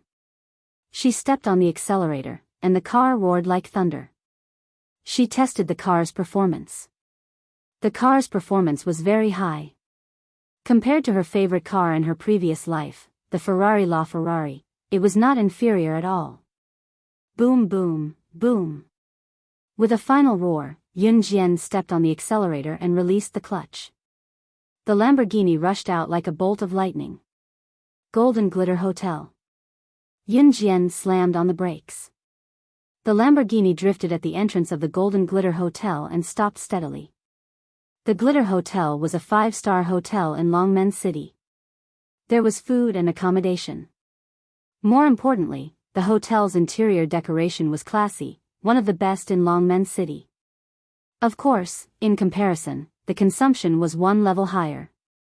Even some of Longmen City's high-ranking officials, such as the mayor and secretary, would choose this hotel as the venue for important meetings. Yun Jian got out of the Lamborghini and stepped into the hotel through the entrance with narrowed eyes. Just as she stepped in, Yun Jian saw a woman sitting in a corner on the first floor. From the back, this woman looked very ordinary. She even wore a hat on her head. However, from the side of her face, she was extremely exquisite. The woman was only in her 20s. Opposite the woman sat a middle-aged man in his 40s. Both of them were talking about something. Yun Jian walked over with narrowed eyes.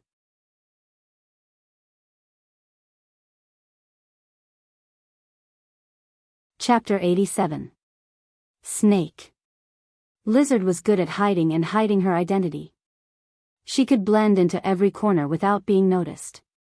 Therefore, Yun Jian searched around the corners the moment she entered the hotel and found Snake. Lizard. Snake. Lizard was talking to the middle-aged man sitting opposite her. She stopped talking and looked at Yun Jian as soon as she sensed someone approaching. She could not help frowning when she saw Yun Jian slowly making her way over with both hands in her pockets. Who was this girl? Yun Jian looked nothing like how she did in her past life. Even her height and body shape were different. She was tall and seductive in her past life, but she was petite and cute now. It was no wonder that Snake. Lizard did not recognize her. She became alert when she saw Yun Jian walking toward them. What's wrong? The middle-aged man did not notice Yun Jian walking toward them. He found it strange that Snake. Lizard stopped talking. Just as the middle-aged man finished his question, Yun Jian was already in front of them. The middle-aged man was stunned. When he saw Yun Jian clearly, he thought that she was a little girl who was here to cause trouble. He waved at Yun Jian. Little girl, go over there if you want to play. Uncle and sister have something important to discuss. The middle-aged man pointed at the door as he spoke, obviously thinking that Yun Jian had gone to the wrong place. Yun Jian ignored the middle-aged man's explanation. She looked at Snake. Lizard with her clear eyes and pursed her lips slightly. She spoke in German using a code that only Snake. Lizard and her knew when she was slaying God in her past life. Slaying is not a god, Snake. Lizard is not a lizard. Professional assassins like them were proficient in foreign languages. They had come into contact with languages from big countries to small villages. This code word was set by her and Snake. Lizard back then, and when saying this code word, it had to be said in German, or it would be ineffective. What's that? Little girl, what are you talking about? The middle-aged man did not understand German at all and had no idea what Yun Jian was doing. Just as he was about to drive Yun Jian away, he saw Snake. Lizard suddenly stand up. Because of the shock, the corner of her clothes accidentally brushed the teacup on the table. Fortunately, Snake Lizard was quick, and she immediately caught the teacup. You. The snake lizard moved its lips. However, Yun Jian put her index finger to her lips and made a shoo expression. Even this action was exactly the same as slaying gods.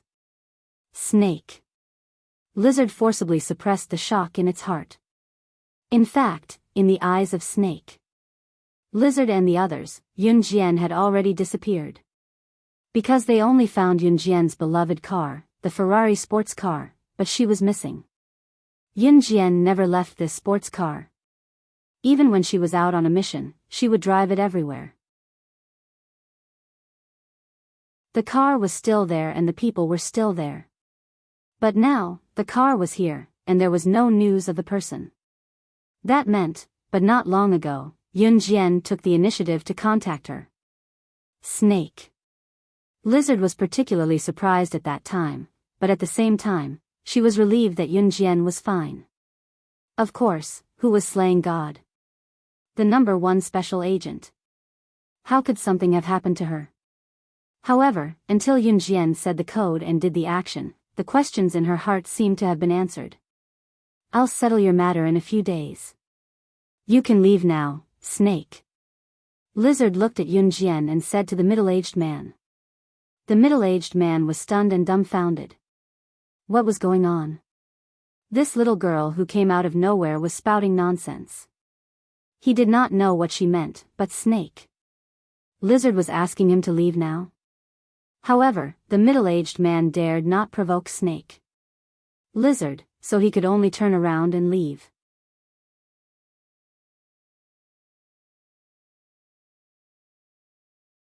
Chapter 88. You're slaying God? There were only the two of them in the hotel room. Snake Lizard frowned in disbelief as she looked at Yun Jian, who was sitting on the bench and smiling. No matter how she looked at her, the girl before her had thin arms and legs. She was beautiful and exquisite, but compared to the slaying god of the past, the difference was huge. Whether it was her appearance or her height. There were no outsiders now. Yun Jian nodded at Snake Lizard and smirked. Who else could it be other than me? That was right. Other than slaying God, who else could exude such an aura that made her submit? Apart from her, who else would know the secret code between them? How did you become like this? Snake Lizard breathed a sigh of relief. After confirming that Yun Jian was slaying God again, she asked in confusion and shock. Who wouldn't be shocked to be reborn into another person's body? That was why Yun Jian hid the truth from the people around her after her rebirth. Even if she told them, no one would believe her. Instead, they would think that she had gone mad. However, it was different for Snake Lizard. Yun Jian knew Snake Lizard and her weakness, so she told Snake Lizard without fear. At the same time, there was no doubt that Snake Lizard was the person she trusted the most when she was slaying God's agent. It's a long story. I touched the box that day and I was already like this when I woke up. Yun Jian shrugged and smiled helplessly. The sandalwood box? Snake Lizard licked her lips and asked. Yun Jian nodded. Snake Lizard was the only person who knew about her rescue of her brother who was kidnapped in her past life. It's a foregone conclusion.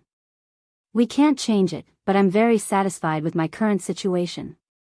Yun Jian changed the topic and smiled shyly. She was glad that she had the family she had always longed for after her rebirth. Yun Jian then asked Snake Lizard to update her on the Wuxia mercenaries' recent situation. Snake Lizard's eyes narrowed and her tone was grave. Those old guys can't sit still anymore. Oh. Yun Jian raised her eyebrows and chuckled. This group of old men referred to some of the senior members of the Wuxia mercenaries. They were also the subordinates of the previous boss of the Wuxia mercenaries. In her previous life, Yun Jian was only 16 years old. She was very young, but after her rebirth, she became 15 years younger. In her previous life, when she was 14 years old, she had killed the previous boss of the Kosha mercenaries. Then, she brought her own group of people to infiltrate the Kosha mercenaries and took over their power. It had only been 2 years since then. However, a mercenary group couldn't be supported by just a few people. Because she had killed the previous boss of the Kosha mercenaries, that group of old men had been waiting patiently for an opportunity to take her down and destroy her. Of course, Yun Jian wouldn't let them succeed. She could even easily destroy that group of old men. However, the time was not right yet. The group of old men had a strong backing. If they were eliminated at once, the Kosha mercenaries' capability would be greatly reduced. If that happened, it would be extremely disadvantageous for the Kosha mercenaries if other assassin mercenary organizations took advantage of the situation. What she wanted to do was to replace all the old members of the Kosha mercenaries with her own people and make them fall into hell step by step. Stay in Longmen City for now. Don't go back to the organization. Remember to tell Tiger Leopard to keep an eye on those old men. Report to me immediately if they do anything. Yun Jian's lips curled into a half-smile that was eerily charming. Okay. Snake. Lizard nodded. She had never rejected Yun Jian's orders. Tiger Leopard was the person who picked up Yun Jian's call when she was in Xinjiang town. Both Snake, Lizard and Tiger Leopard were absolutely obedient to Yun Jian. It was because Snake, Lizard and Tiger Leopard were saved by Yun Jian. Without Yun Jian, they would not be where they were today. It was almost dusk when Yun Jian and Snake, Lizard came down from the private room of the hotel. Yun Jian walked in front while Snake, Lizard followed behind. Both of them were walking down the spiral staircase of the hotel. A group of rowdy people came in from the entrance. Judging by their attire, they were students. Yun Jian, however, saw someone she was extremely familiar with in the crowd. Brother Yun-yi? Why was he here? Yun Jian was stunned. Yun-yi and the rest did not see her, but she happened to see Yun-yi looking awkward. The boy standing beside Yun-yi was not Su Hao Cole but a fashionably dressed boy. The boy suggested casually, "It's Su Hao Cole's birthday dinner today. We can't possibly come here empty-handed, can we? How about this, each of us will give Su Hao Cole a 100 yuan red packet. Does anyone have any objections?" The group had no objections, but Yun-yi, who was standing among them, stood out like a crane among a flock of chickens. 100 yuan was not a small amount to him. Therefore, Yun-yi was quite embarrassed. The boy seemed to have disliked Yun-yi for a long time. He suddenly turned to look at Yun-yi and said with a chuckle, "Yun-yi, you don't have to pay. Your family background is poor and we all know you can't afford it. Anyway, you and Haozhou are good friends. He won't mind."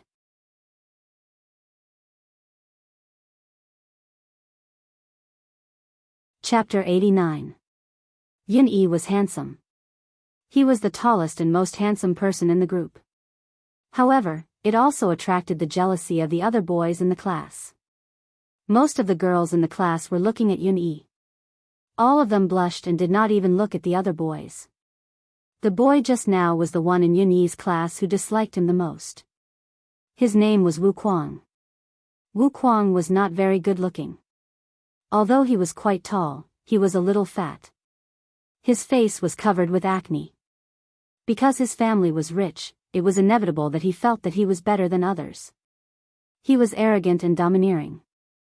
Most of the students in Yun-yi's class were from the city. Their families were quite rich. The whole class was invited to Su Hao Cole's birthday party. Of course, there were also many students who did not attend the party. Yun-yi and Su Hao Cole were close friends. Of course, it was impossible for him not to give face and not attend. Wu Kuang took advantage of this. In addition, most of the students who came to the party today were from rich families. He came up with this idea to embarrass Yun-yi. Yun-yi was really embarrassed by Wu Kuang's words. After all, it was his good friend's birthday party. Although Su Hao Cole had told him not to send any gifts and that it was fine as long as he came, the thought was the most important. However, he saw that all the classmates who came with him had given red packets. On the other hand, he, who was the closest to Su Haokol, did not pay a single cent and came to eat and drink for free. What did it look like? However, Yunyi really did not have any money. At most, he only had a few yuan. He had saved it for a few months. After all, his family's situation was also there. Now, he was even living in someone else's house. How could he have spare money? Wu Kuang snickered in his heart. He was waiting to see Yunyi's embarrassed face. Brother. At this moment, a beautiful and crisp voice came in time. The voice was crisp and pleasant like the sound of nature. A girl about 15 years old walked down the spiral stairs. This girl was wearing ordinary clothes, and behind her was a woman wearing a hat. However, what made people's eyes light up was the girl's beautiful and delicate little face. Yun Jian walked over and stood beside Yun Yi. She ignored the others and smiled at Yun Yi. Brother. Why are you here? Xiao Jian? Yun Yi was taken aback. She wanted to ask Yun Jian the same question, but she was one step ahead of her. It's Ji's birthday today. He's treating everyone to a banquet here. Our classmates are all here to celebrate his birthday. Yun Yi's awkwardness eased a little when she saw her younger sister. He even felt that as long as his sister was around, there was nothing that couldn't be done. Oh. Yun Jian pretended to understand what was going on. She nodded and then burst into a bright smile. Then you shouldn't mind if I bring my friends along for a free meal, right? As she spoke, Yun Jian shifted to the side and revealed snake. Lizard as well. The others could not help rolling their eyes inwardly when they heard Yun Jian. They had seen shameless people, but they had never seen someone as shameless as her, coming up to ask for a free meal. Yun Yi, who had never seen snake, lizard before, was surprised and looked at Yun Jian. Xiao Jian, she's my friend, Yun Jian answered with half-squinted eyes. Yun Yi, this is your younger sister? Wu Yin looked at Yun Yi with gritted teeth when she saw that her scheme did not work and was interrupted by Yun Jian. Wu Yin did not wait for Yun Yi to admit that Yun Jian was her younger sister and said eagerly, Yun Yi, your sister's bringing her friends to the gathering too? That's not very nice, is it? Su Haokol is treating our classmates to a meal out of kindness. We'll forget about your share, but if there are 2 more people. The meaning behind her words was self-evident.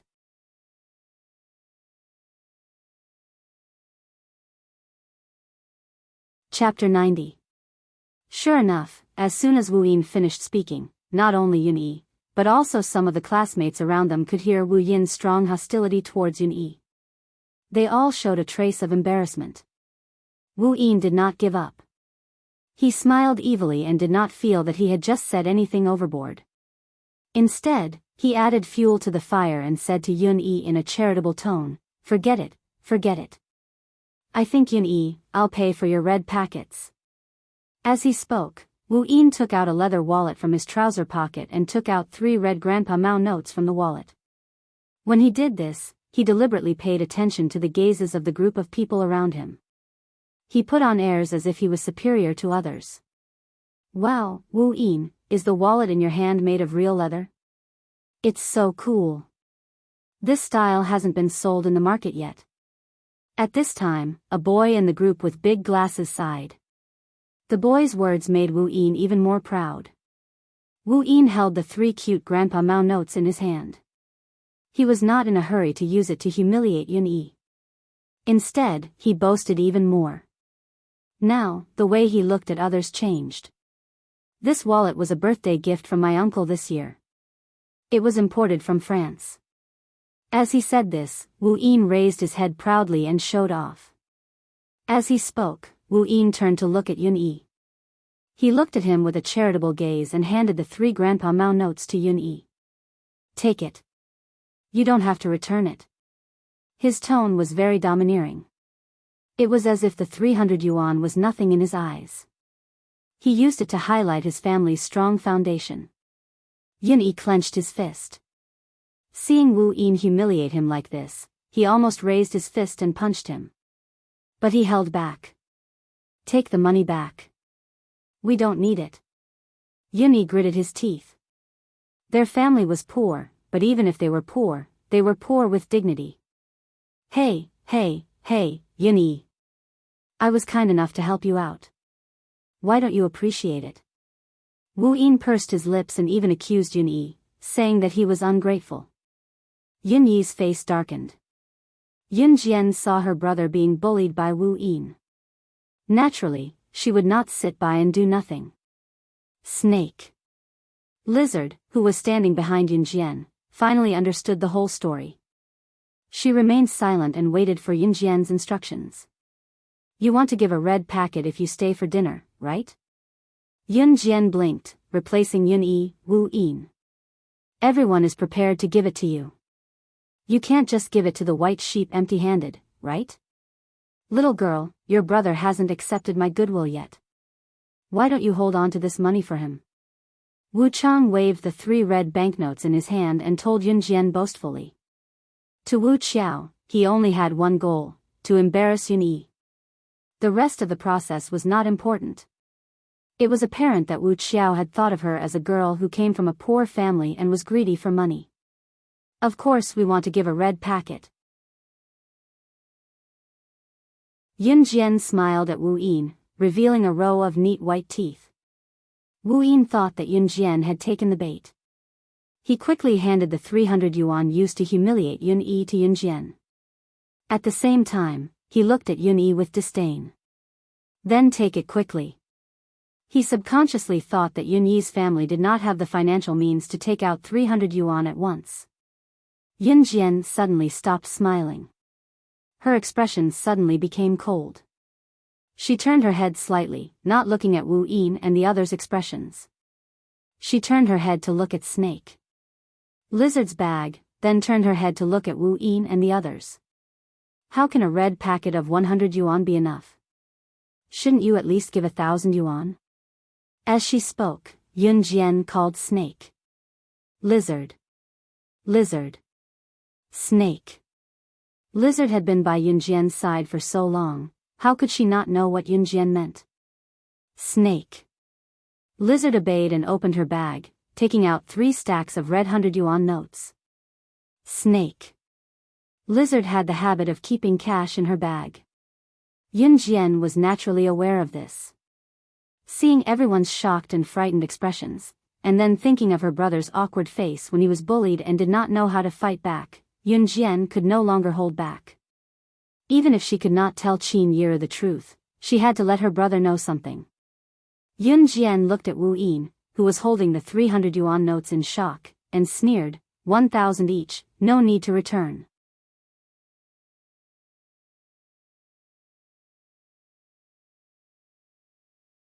Chapter 91. 3 thick stacks of red notes meant 30,000 yuan. Moreover, the money came from Snake. Lizard's purse.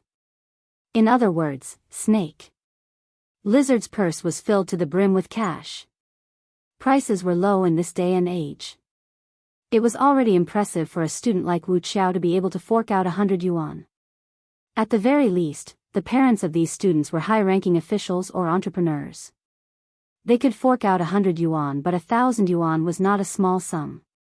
1,000 yuan was enough for a normal family to live for a long time. Therefore, everyone present was dumbfounded when they saw the scene just now, their eyes nearly falling out of their sockets. Yunyi was poor, so was his younger sister. Why would his sister's friend have so much money in her purse? More importantly, why had Snake? Lizard obeyed Yun Jian's command just like that? Xiao Jian, you. Yun Yi's eyes widened as she stared at Yun Jian and Snake. Lizard behind her in disbelief. His younger sister was getting more mysterious. Mysterious skills, mysterious friends. Why was it that he could not see through her anymore? They were siblings who grew up together, but Yun Yi froze on the spot as if it was his first time meeting Yun Jian. Yun Jian cast a reassuring look at Yun Yi without explaining anything. Wu Qiao, on the other hand, felt like running away. His palms were sweating as he gripped the 3 notes in his hand that he thought he could humiliate Yun Yi. looking at the 3 stacks of cash in Snake Lizard's hand, he felt defeated. Now that he thought about it, how ridiculous was his action just now. It was then that a male voice that eased the awkward atmosphere rang. Everyone's here already. Come upstairs quickly, we're waiting for you guys. As the voice faded, Su Hao Cole, who was dressed in a flashy suit, came down the spiral staircase. His tall and muscular physique was as handsome as Yun Yi's. Su Hao Cole was stunned when he saw Yun Jian before he ran to Yun Jian under everyone's surprised gazes and looked at her with admiration. Yun Yi, Mimi, you're here too. Come, take a seat. I'm so happy that you're here for my birthday celebration today. Su Hao's actions caused everyone present to be even more shocked. This girl was valued by Su Hao Cole now.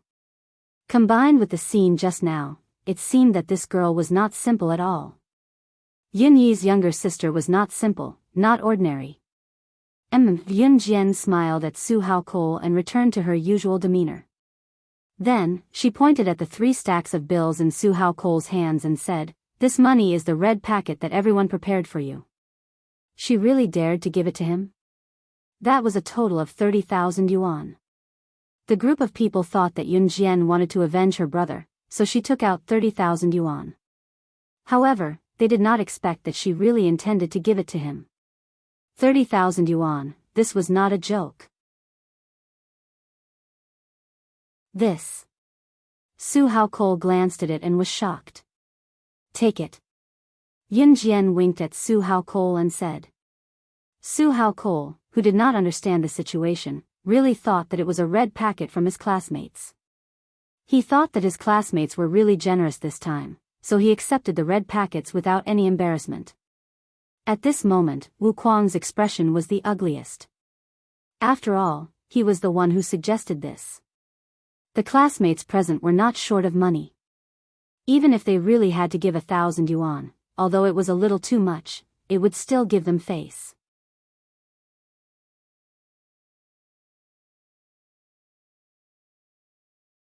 Chapter 92. Yun Yi's lips moved as if he wanted to say something, but he stopped himself. In the end, Su Hao Cole gathered everyone on the 2nd floor and seated them at the hot pot table in the VIP private room. There were about a dozen round hot pot tables in the VIP private room, and each table could seat about 10 people. It was obvious that Su Hao Cole had reserved the entire place. Of course, only 2 to 3 hot pot tables were taken after everyone was seated. The remaining tables were used for other purposes. Yun Jian was sitting on the left of her brother, Yun Yi, while Snake Lizard was on her right. Su Hao Cole was sitting beside Yun Yi. All 4 of them were seated close to each other at the same table. The dishes are ordered. I've told the waiter that our table will be served first. My dad's business friends will be here later. Don't be shy then, we can talk among ourselves. Su Hao Cole spoke to his rowdy classmates after he sat down. To outsiders, Su Hao Cole's family was rich and powerful, and his father was a businessman. However, Yun Jian knew that Su Hao Cole was the son of Longmen City's top mafia boss. As for the friends of my father's business that he mentioned, he was probably referring to the people in that circle. Su Hao Cole's father was obviously using his son's birthday party as an excuse to invite his peers or people who were useful to him to the gathering and build a better relationship with these people. After all, if a gang wanted to survive, they needed to develop over a long period of time. They couldn't just rely on themselves. They could not rely on themselves alone, especially when important matters were involved, such as a large-scale mafia fight. Even the police officers in the police station had to build a good relationship with them. Otherwise, if someone in the mafia killed someone or there was a mafia fight, the police officers were not idiots. How could they not do anything when they knew about it and let the mafia do whatever they wanted? Yun Yi was also aware of his good friend's identity, but he chose to keep quiet. From the moment he and Su Hao Cole became brothers, they would not taunt each other because of each other's identity. After a while, the dishes were served. The waiter served the dishes one by one, and the group of people ate happily. After all, eating at the Golden Sparkle Hotel was very expensive. Even if most of the people present had a good foundation, it was impossible for them to eat here often. Otherwise, wouldn't he be broke from eating? Yun Jian sat in her seat and picked the big and fat meat to eat. Her stamina couldn't keep up, so she had to eat more energy. Simply running wasn't enough strength anymore. Slow down, Xiao Jian. No one's fighting with you. Seeing this, Yunyi smiled handsomely and reached out to wipe off the meat residue on his sister's mouth. Ha ha ha, Mayor Gu, this way please. At this moment, a loud male voice came from the door. Then, a group of middle-aged men in their 30s and 40s walked into the room.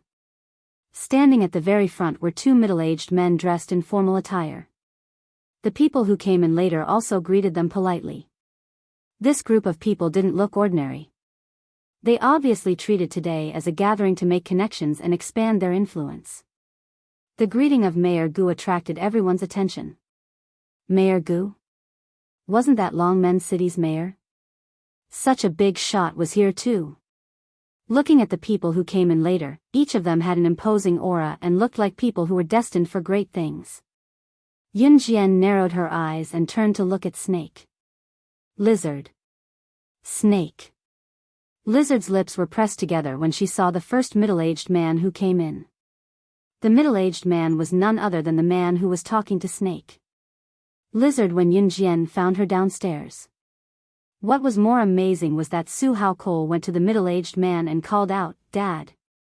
The middle-aged man was Su Haokol's father, the boss of Longmen City's top mafia group, Su Zetian.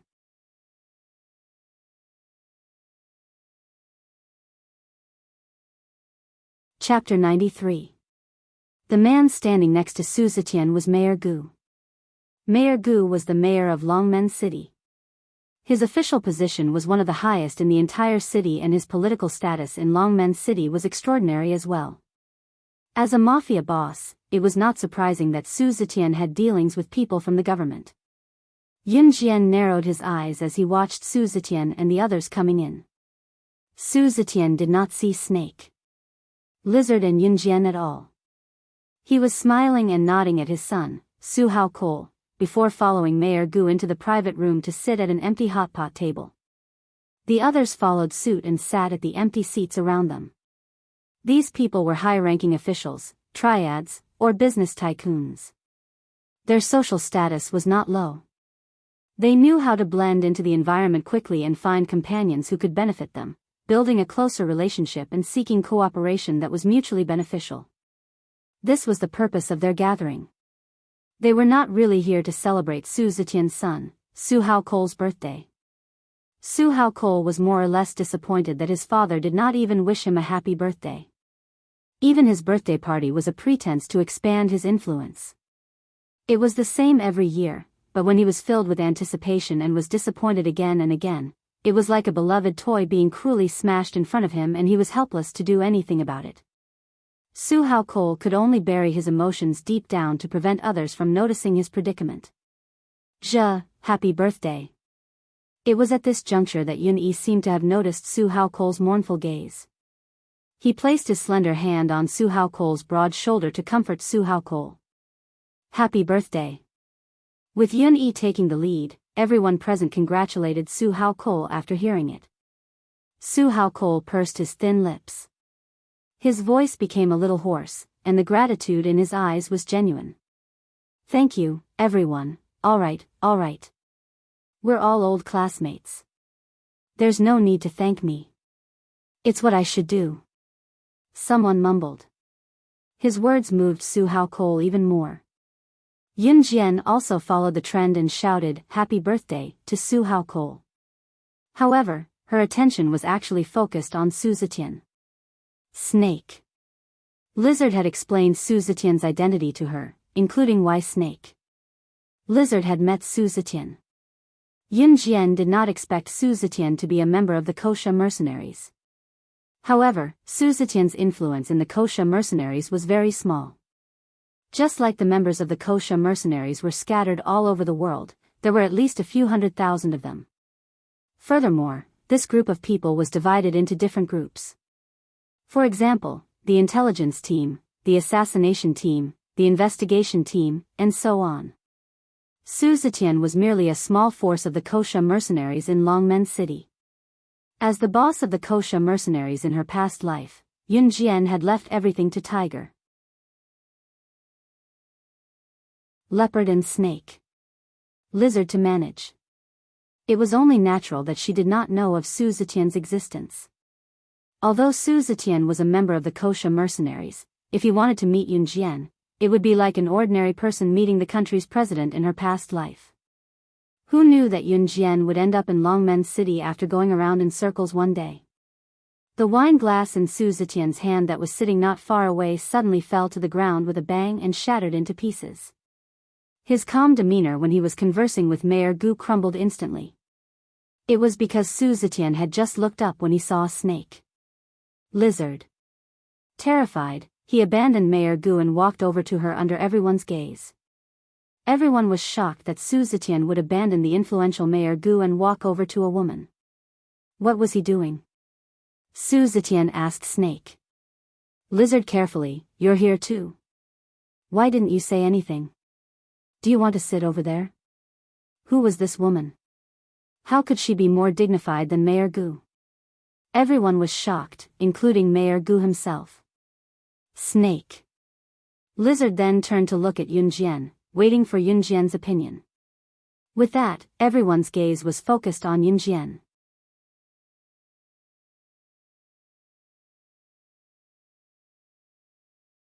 Chapter 94. I'll sit with my brother. Yun Jian did not look up. Wiping her mouth, she smiled faintly and stuffed another mouthful of fatty meat into her mouth. Snake. Lizard turned to look at Su Zetian when she heard Yun Jian. You don't have to mind us. It was only then that Su Zetian noticed Yun Jian. Yun Jian had her hair tied in a high ponytail. Although she was dressed plainly, she exuded the aura of a ruler. Was this not the girl he met downstairs not long ago? He thought she had gone to the wrong place and asked her to stay away. What was the situation now though? Snake. Lizard was a high-ranking member of the Kosha mercenaries. Su Zetian had no right to know her exact position.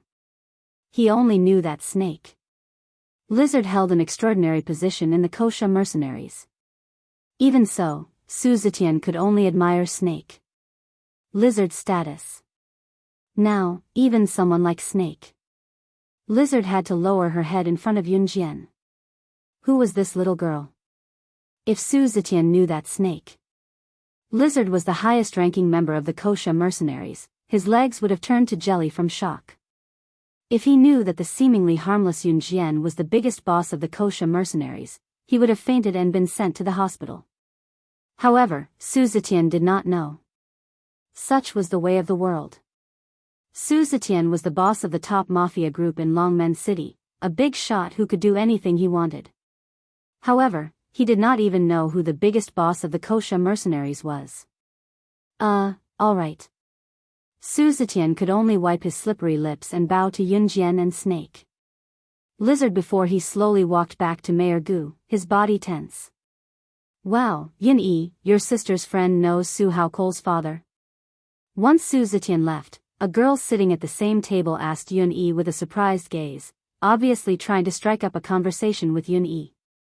Yun Yi was very popular in the class, especially the girls. They all liked her. Moreover, Yun Yi was a sincere and gentle person. I don't know, Yun Yi awkwardly glanced at Yun Jian and Snake. Lizard, trying to change the topic. He wanted to know why Xiao Jian's friend knew Zhe's father too. Others might not know, but Yun Yi knew very well that Su Haokol's father was not a model businessman, but a mafia boss. Xiao Jian's friend knew the mafia boss and most importantly, the boss was respectful toward her. Even when he was chatting with a big shot like Mayor Gu, he could actually abandon it and come over to greet him first. At the moment, Yun Jian, who was the source of everyone's suspicion, was sitting in her seat and devouring the plate of meat in front of her. Burp. Just as everyone stared at Yun Jian eagerly, hoping to hear some explanation from Yun Jian burped out of the blue. I'm full. Yun Jian rubbed her tummy and returned a sweet smile to the group. The smiles on everyone's faces instantly stiffened. There was no doubt that a wave of shock washed over them. Was there no explanation? After a hearty meal and dinner, the sky was already dark and gloomy. No one was in a hurry to go home. Su Haokol suggested with a chuckle, "Why don't we go play at the new arcade for a while? I heard that there's a new gun simulation game there. It looks just like a real gun." As he spoke, Su Haokol turned to look at Yunjian.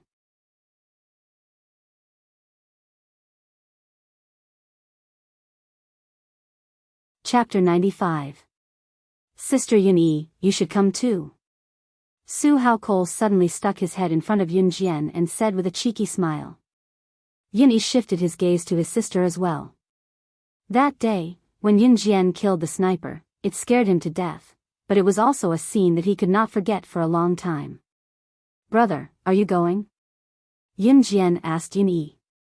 Su Haokol suddenly hugged Yunyi's shoulder and rushed to speak for Yunyi. "Of course Yi is going. I'll go." Yunjian did not hesitate this time and said directly. Su Haokol smiled. The reason why he suggested to experience the simulation game was because of Yunjian. The way Yunjian killed the sniper that day was simply the rhythm of a sharpshooter. Otherwise, he would not go to the arcade to experience the simulation game guns. After all, Su Haokol was someone who had a real gun. The simulation game guns were really not good enough. Other than Yunjian and the others who wanted to go, Yunyi's classmates chose to go home, especially Wu Bin. He had suffered in the hands of Yunjian and had long wanted to leave. After waiting for a long time to finish eating, he ran away early in the morning with his tail between his legs. Snake. Lizard did not plan to go to the children's playground, so Yunjian threw the keys to the Lamborghini that she borrowed from CE to her and asked her to drive the car away first and come back tomorrow to pick it up. Snake. Lizard responded, took the keys, and turned to leave. After the group of people who left, there were more than a dozen people left. A few girls stayed because they wanted to have more contact with Yunyi and Su Haokol. After all, Yunyi and Su Haokol were the most handsome guys in school, so there were not many chances to interact with them. "Let's walk along the street like this. It's not far from here, just around the corner of 2 streets. Su Haokol said as he pointed at the street ahead. "I'm fine with anything." Yunjian nodded. "Just take it as a stroll." Su Haokol chuckled. Thus, the group strolled along the busy street. The city was beautiful at night. The area where Yunjian was at was covered in neon lights, and there were many people coming and going. A night breeze blew. Autumn nights were always chilly. Yunjian was wearing a short-sleeved shirt at the moment, so the cool breeze felt a little chilly as it blew through her skin. Yunyi suddenly took off his jacket and draped it over Yunjian, saying with a smile, "Xiao Jian, put it on. Don't catch a cold." Yunyi had always doted on his younger sister since they were young. Yunjian paused. She was actually not cold. She had gone through all kinds of hardships in her past life, so the cool breeze was nothing to her. In spite of it, she felt warmth from the bottom of her heart as she could not help thinking of her younger brother in her past life. If her younger brother was still here, would he be as nice to her as he was now? "Thank you, brother." Yunjian pressed her lips together and did not return the jacket to Yunyi. Instead, she wrapped it around her shoulders. Yunyi smiled and ruffled Yunjian's hair. Step by step, they arrived at the arcade in no time. The arcade was located on the 3rd floor of a skyscraper. Skyscrapers were not common in Longmen City in 1998. The construction of skyscrapers had just begun, so this place was considered the city center of Longmen City. It was the arcade on the 3rd floor. As Yunjian and the group stepped into the arcade, they saw the big screen that showed a gun simulation game. It had the most people gathered in front of it, most of them teenagers.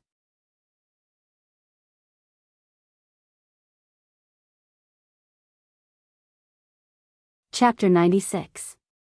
While Su Haokol was exchanging the game coins, Yunjian glanced around. If it wasn't for her brother, Yun Yi, coming here, Yun Jian wouldn't have come to this place. To Yun Jian, the shooting games here were too childish. The rain of bullets she experienced in her previous life wasn't any less than what was shown in the gun simulation game. I'm back. Su Haokol held a pile of game coins and ran back from the counter. Then, Su Haokol divided the game coins equally among everyone. There were quite a few people standing in front of the gun-emulating game console. Because this game console was a new simulation game, even the guns were about the same weight as real guns. Although they were shooting at the big screen, the effect was quite similar to a real gun. The students of this era all wanted to try their hand at a gun, so there were a lot of people here to watch the shooting. There were also a lot of people playing this shooting game. Hey, it seems like we have to wait. There are too many people waiting to play the gun simulation game. Su Haokol touched his head and said. Boys were passionate about guns and racing, but girls were different. So in the group, except for Yun Jian, the other girls all went to play other games. For example, the claw machine, which was suitable for girls to play. At this time, in front of the gun simulation game, a group of young people shouted, "Wow!" They saw a man in his 20s standing in front of the gun simulation game. The man put away his gun and showed a triumphant smile. This gun game was to shoot at the target on the screen with a gun. Of course, this gun didn't have bullets, but it gave people a visual feeling of hitting the target on the screen. And besides the fact that there were no bullets, whether it was the feel of the gun or the simulation, it was first class. So when this game was released, it attracted a lot of young people who liked to play with guns. Wow, Brother Lei is amazing. No wonder he has touched a real gun. He knocked down 32 targets in 1 minute. A boy standing not far away bragged to the man holding the gun. It was as if he was afraid that people didn't know that this man in his 20s had touched a real gun. Sure enough, when they heard that the man called Brother Lei had touched a real gun, the surrounding people were so surprised that they gasped. Now, Brother Lei was even more proud of himself. This is nothing. You haven't touched a real gun. There is a difference between a real gun and a toy gun. Brother Lei boasted. He was so proud that his nose was almost higher than his eyes. Are you done playing? Can you move aside if you are done? Su Haokol saw that Brother Lei's group had finished playing and didn't move aside, so he went forward and asked. At this moment, Brother Lei, who was still under everyone's admiring gazes, glared at Su Haokol fiercely. Where did you King brat come from? How dare you snatch my game console? Brother Lei clenched his fists and bumped them together. He looked like he was about to fight and showed off. He was very proud. It was as if he was saying, if you say one more word, I will beat you up. Su Haokol opened his mouth. He had only asked one question, but Brother Lei was already angry. Just when he was about to reply, Yun Jian spoke first and directly attacked his back. You only knocked down 32 targets in 1 minute. Your shooting moves are flashy and extremely gaudy. You should move aside. Everyone was stunned. They saw Yun Jian criticizing Brother Lei word by word. Every word she said hit his weak spot. Brother Lei's expression became worse.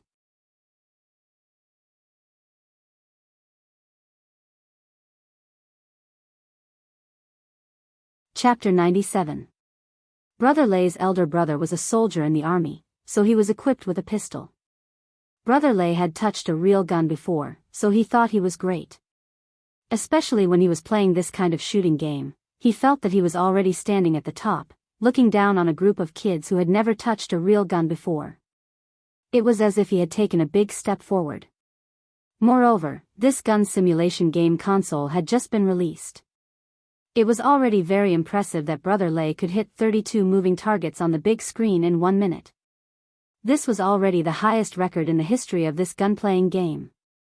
However, just as Brother Lei was proudly bragging to his friends, Yun Jian suddenly interrupted, pointing at the part where he thought he was good, and degrading him to the point that he was worthless. How could Brother Lei take it? He didn't care whether Yun Jian was a girl or not. He shouted back at Yun Jian, "Where did you King brats come from? Do you know who I am? How dare you fight with me for the game? TSK, you must be tired of living, right?" After shouting a few words, Brother Lei pointed his finger at Yun Jian fiercely. "CK, do you think I need a little kid like you to tell me what to do with my shooting skills? Come and do it if you dare." Brother Lei often hung out at the arcade, and he was also a gangster in society. However, he was good at playing games, so he was respectfully called the King of Games by the people in this circle. Therefore, Brother Lei subconsciously thought that he was the king of the gaming circle. As long as it was a game that he had played, he would always be the one who set the highest record. That was why he dared to say something like, "Come at me if you can," to Yun Jian so brazenly. He didn't believe that this little girl who was still wet behind the ears could beat him. The few boys in Yun Yi's class saw the situation, and they all looked worried. They didn't expect that Su Haokol and Yun Jian would fight with them as soon as they called the arcade. More importantly, Brother Lei looked ferocious. He didn't look like someone to be trifled with. What should he do now? At this moment, Yun Jian grinned. She was not intimidated by Brother Lei's ferocious look at all. Instead, she curled her lips and smiled at Brother Lei in disdain. "All right, I'll do it. Move aside." Not only was Yun Jian not frightened by Brother Lei, but she was also going to greet him. Everyone on Brother Lei's side was stunned. Brother Lei was also stunned. He looked at Yun Jian again. He saw that Yun Jian was dressed in clean clothes. Although it looked like it was bought from a street stall, from her eyes and temperament, he could see a trace of extraordinariness. Was it an illusion? Brother Lei shook his head. She was just a little girl who liked to flaunt her superiority. Come. I'll let you do it." "Little brat, it's not that I want to bully you, but just based on what you said just now, if you don't hit as many targets as I do this round, then you better strip naked and kneel in front of my brothers." "Humph." Brother Lei growled in exasperation and threatened. "Xiao Jian, don't." Yun Yi panicked. She panicked when she saw her younger sister getting into a fight with Brother Lei, who was obviously a hooligan. These hooligans are capable of doing anything. Before Yun Yi could shout, however, she was held back by Su Haokol. "Believe your younger sister. Don't you want to see your younger sister's limit?" Su Haokol told Yun Yi softly, looking at Yun Jian. This simulation game console could test a person's marksmanship, which was why Su Haokol wanted to lure Yun Jian here. He wanted to know how good Yun Jian's marksmanship was since she could kill a sniper instead. Yun Jian smiled in a way that sent chills down one's spine. She told Brother Lei faintly, "I'll cripple one of your hands after I win." She would not forgive anyone who insulted her verbally. How arrogant.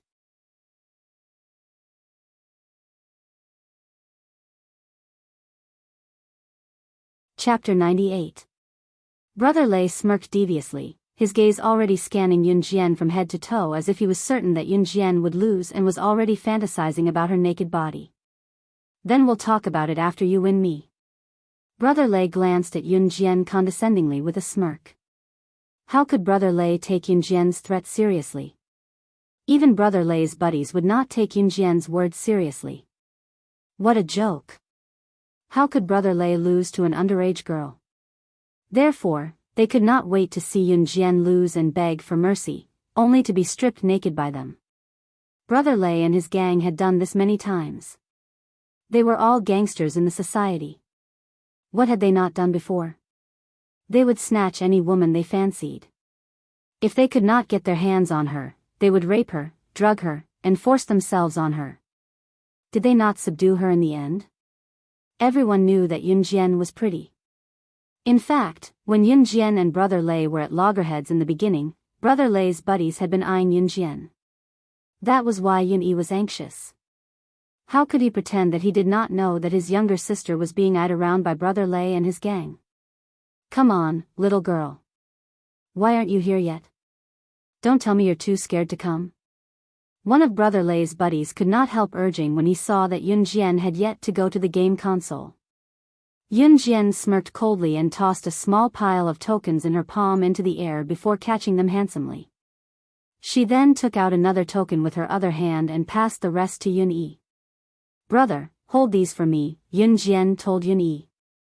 "Xiao Jian, don't force yourself." Yun Yi bit his lip and said worriedly. Although Yun Jian had killed the sniper that day, as her brother, he was still worried about his sister. Yun Jian narrowed her eyes and smiled. Her heart felt warm. It felt good to have someone backing him up. Before Yun Jian went over to the console, she turned her head to look at Su Haokol, revealing a row of white and clean front teeth. "Watch carefully." After saying that, Yun Jian walked towards the game console. Su Haojia, on the other hand, was dumbfounded. Yun Jian actually knew why he brought her here? Su Haokol just whispered to Yun Yi, but he didn't expect that Yun Jian already knew. That was why she told him, "Watch carefully," before she left. Su Haokol felt his cheeks heat up at once, feeling embarrassed to be exposed by Yun Jian. Come to think of it, it was no big deal. He just wanted to know how good her marksmanship was. There was nothing wrong with that. While Su Haokol was thinking about it, Yun Jian was not in a hurry to insert the game token. Instead, she lifted the toy sniper rifle in front of her and weighed it in her hand. When everyone saw this, they couldn't help but be stunned. What was she doing? Yun Jian was checking the difference between the game sniper rifle's configuration and a real one. She weighed the coin in her hand for a moment before stuffing it into the slot of the game console. A string of English words appeared on the screen of the game console. The translated Chinese subtitles read, "The shooting battle begins." The game had begun. Yun Jian narrowed her eyes. Everyone held their breaths. Then, on the screen of the console, the targets moved from the side. As the target moved, a series of neat and orderly gunshots were heard from the speakers of the game console.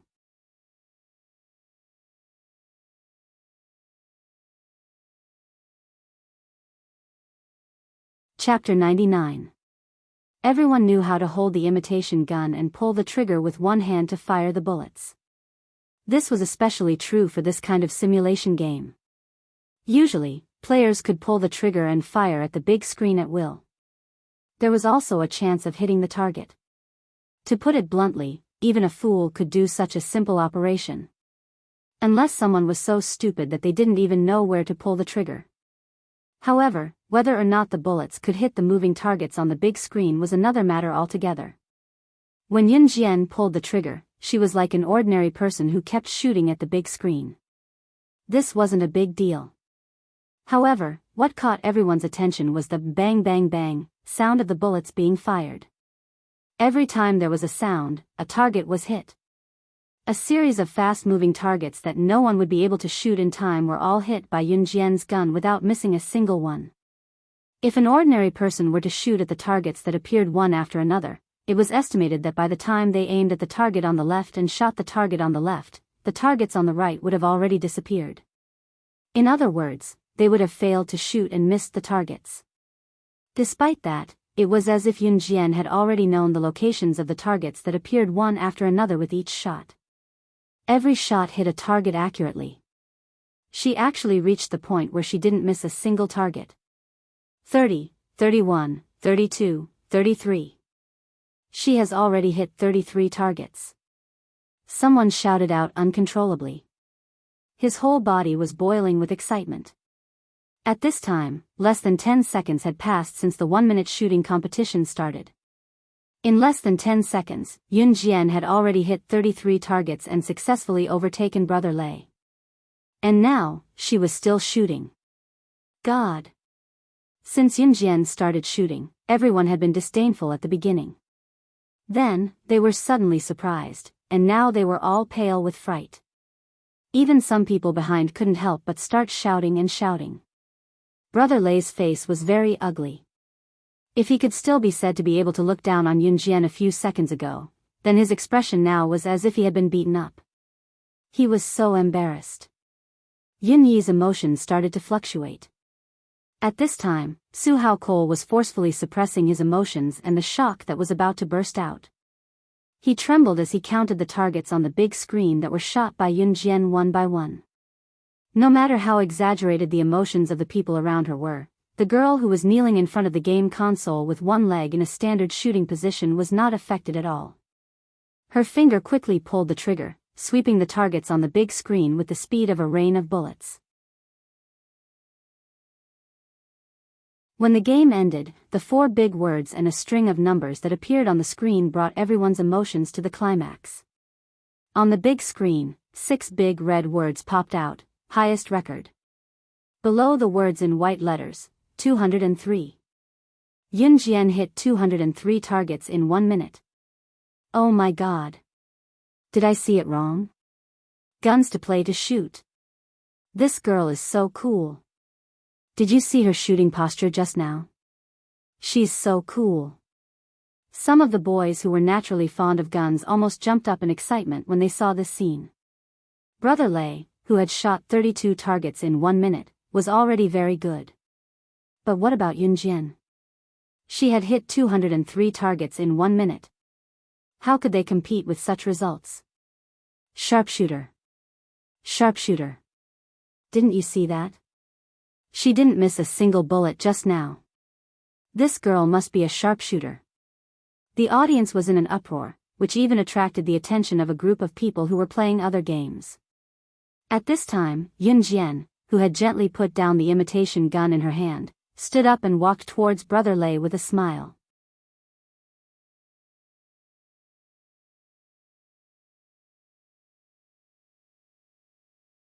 Chapter 100. Brother Lei thought that Yun Jian was joking. Who would have thought that she really wanted to cripple his hand? Was she joking? No matter what, Brother Lei and his gang were all ruffians and gangsters in the society. Fighting with others was something that they often did. Brother Lei had planned to stop today. After all, he was in the wrong. However, Yun Jian dared to say that. Hence, out of his pride as a man, Brother Lei's expression changed. He looked at Yun Jian and scolded, F***CK, whose hand do you want to cripple? Just based on a bunch of scrawny little brats like you? You want to fight, right? Was there going to be a gang fight? Hearing that Brother Lei was angry, some of the people who were watching the show were afraid of being implicated. They quickly took a few steps back. It was true that the young lady had won, but Brother Lei and his gang were not people who kept their word. More importantly, Brother Lei's group of brothers had never lost to anyone in a fight. Moreover, Brother Lei had someone backing him up. Rumor had it that Brother Lei had brought a group of people who called themselves brothers and beat up a person until he was completely paralyzed and could not take care of himself for the rest of his life. Later, although this group of people was taken away by the police, they were released safely in less than half a day. What else could it be other than having someone backing him up? Someone kindly reminded Yun Jian, young lady, hurry up and leave. Don't force yourself. Brother Lei obviously heard the murmurs of the people around him. He seemed to be in a better position. His pair of malicious eyes stared at Yun Jian's face. Then, he smiled evilly and said, but, if you apologize to me and accompany me tonight, I will forgive you. The way he addressed himself as brother made Yun Jian feel even more disgusted with Brother Lei and his gang. I only want one of your hands. Yun Jian smiled.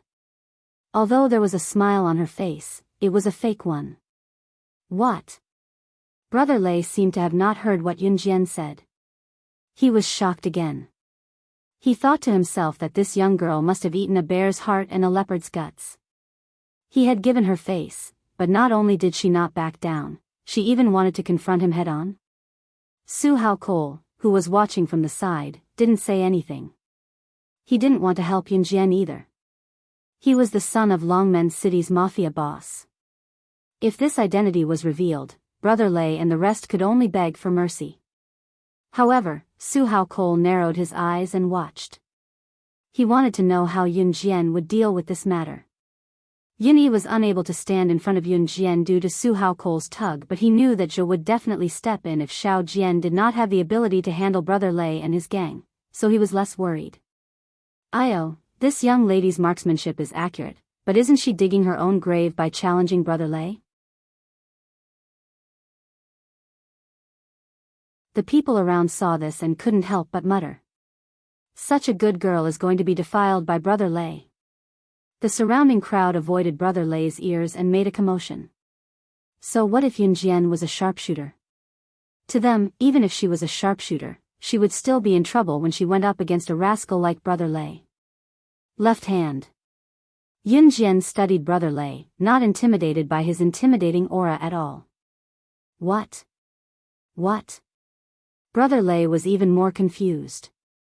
It was not only Brother Lei who was confused, everyone else was equally confused. What left hand? Yunjian had already taken 2 large strides toward Brother Lei. Then, her movements were simple and extremely fast. Before Brother Lei and his gang could react, Yunjian's hand was as nimble as a snake as it coiled around Brother Lei's left wrist. Crack. There was a crisp sound of bone breaking. Before Brother Lei could react, Yunjian was already in front of him and his left arm was broken by Yunjian. Excruciating pain shot through his body as Brother Lei cried out in agony. Ah! Ah! My hand! Ah! The entire process took less than 3 seconds. The group was stunned as their gazes landed on the devil who was all smiles but could break a person's arm with a smile.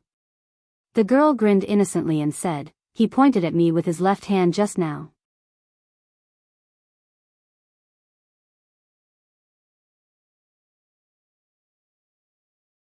Chapter 101.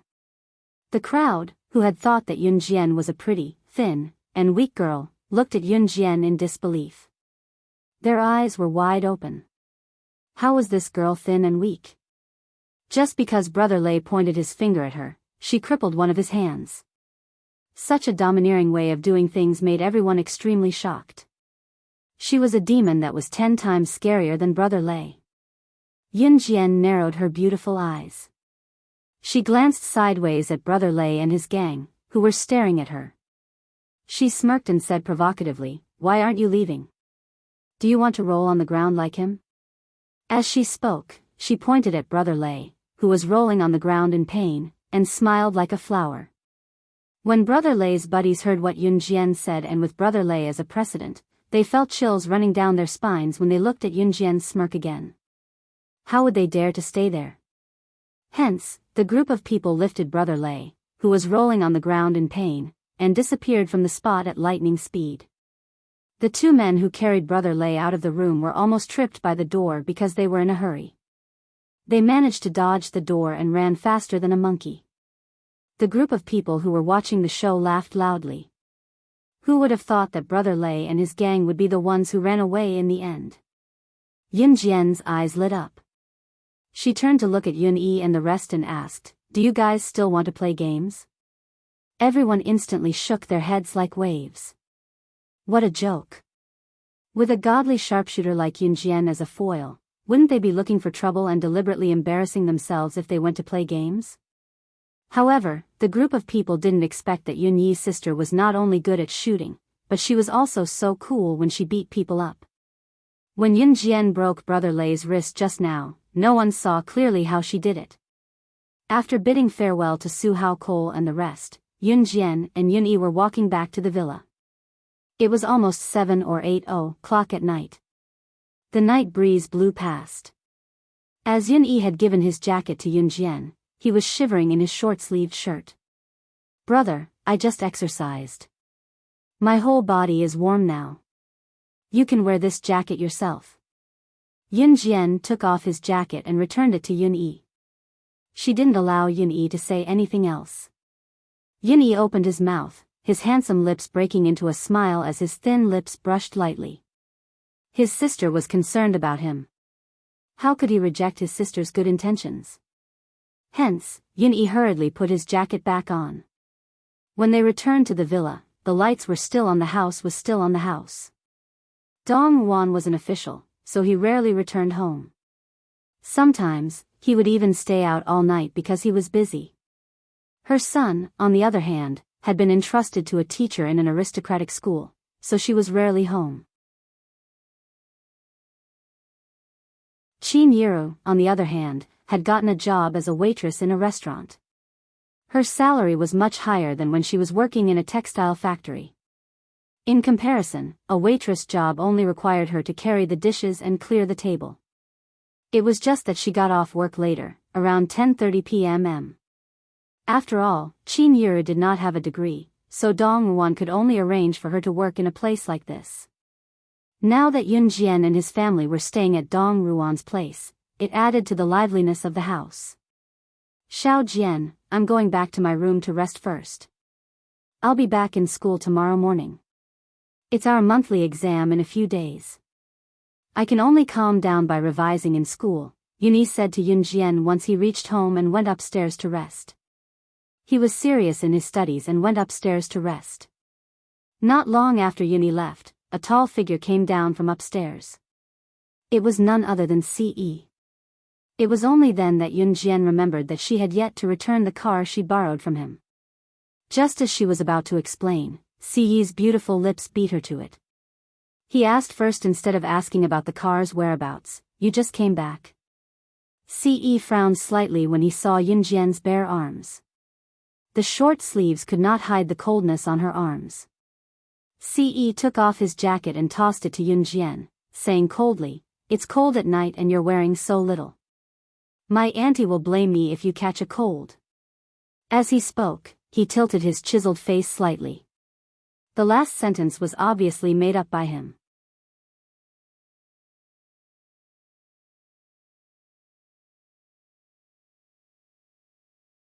Chapter 102. Yun Jian was dumbfounded. She paused and caught the jacket Ce tossed to her. She hesitated before putting it on slowly and said blankly, "I've left your car with my friend. I'll return it to you tomorrow." Ce nodded and glanced at Yun Jian with his deep gaze before turning away. Without even a word of farewell, his tall and handsome figure disappeared from Yun Jian's sight. Yun Jian was stunned again. She pressed her dry lips together and grinned. The next morning, Yun Jian had Snake Lizard drive Ce's Lamborghini back and returned it to him along with the car keys. Yun Jian then went out with Snake Lizard. She had just settled down in Longmen City, but she had decided to start a business in Longmen City a long time ago. Yun Jian had always been a person who took responsibility for her actions. Since she had said it, she would do it without any hesitation. Zhang Jifan and the rest had been brought to Longmen City by Yun Jian before Yun Jian came. They were even staying in a rented house in Longmen City. Of course, all of this was secretly arranged by Yun Jian. Qin Yiru and Yun Yi were completely unaware of it. Country Z's economy had just taken off and the people's lives were gradually moving from poverty to prosperity. In the past, people used to travel on foot, but in this era, it was gradually being replaced by vehicles like bicycles and motorcycles.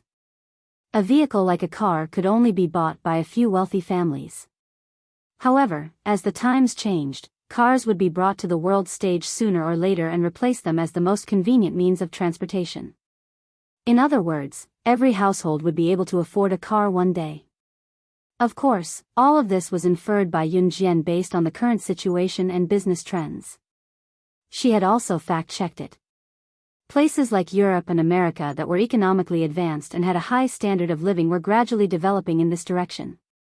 In spite of this, it was proven that Yun Jian's inference was accurate. Of course, this was a story for another time. Yun Jian planned to start a car marketing company. The idea might seem absurd. She was just an underage girl who was not even 18 years old, yet she wanted to start a car store. However, it was undeniable that starting a company required investment and Yun Jian had the money. She had channels to import cars from home and abroad as well. When Yun Jian told Zhang Jifan and the rest about her idea, Zhang Jifan and the rest felt their eyelids twitch and they almost fainted from shock. "What? You want to start a car company?" Zhang Jifan stuttered as he looked at Yun Jian in shock and fear. In this era, anyone who owned a motorbike at home could use it to look cool. A car was simply a symbol of the rich. What's more, to run such a car company, the number of cars needed was more than just a few. Secondly, they needed to have working capital.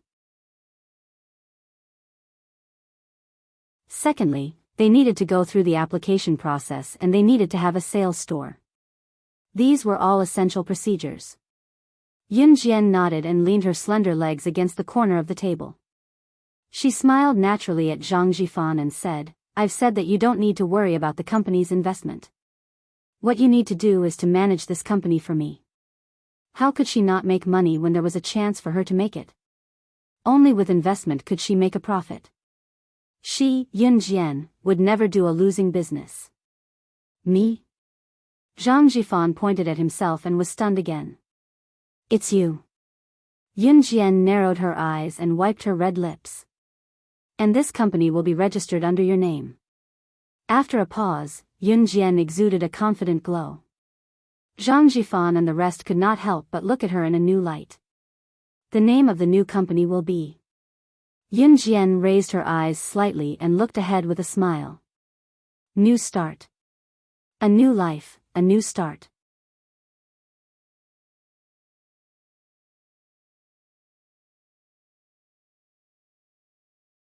Chapter 103. Zhang Jifan was stupefied. He did not expect Yun Jian to trust him so much.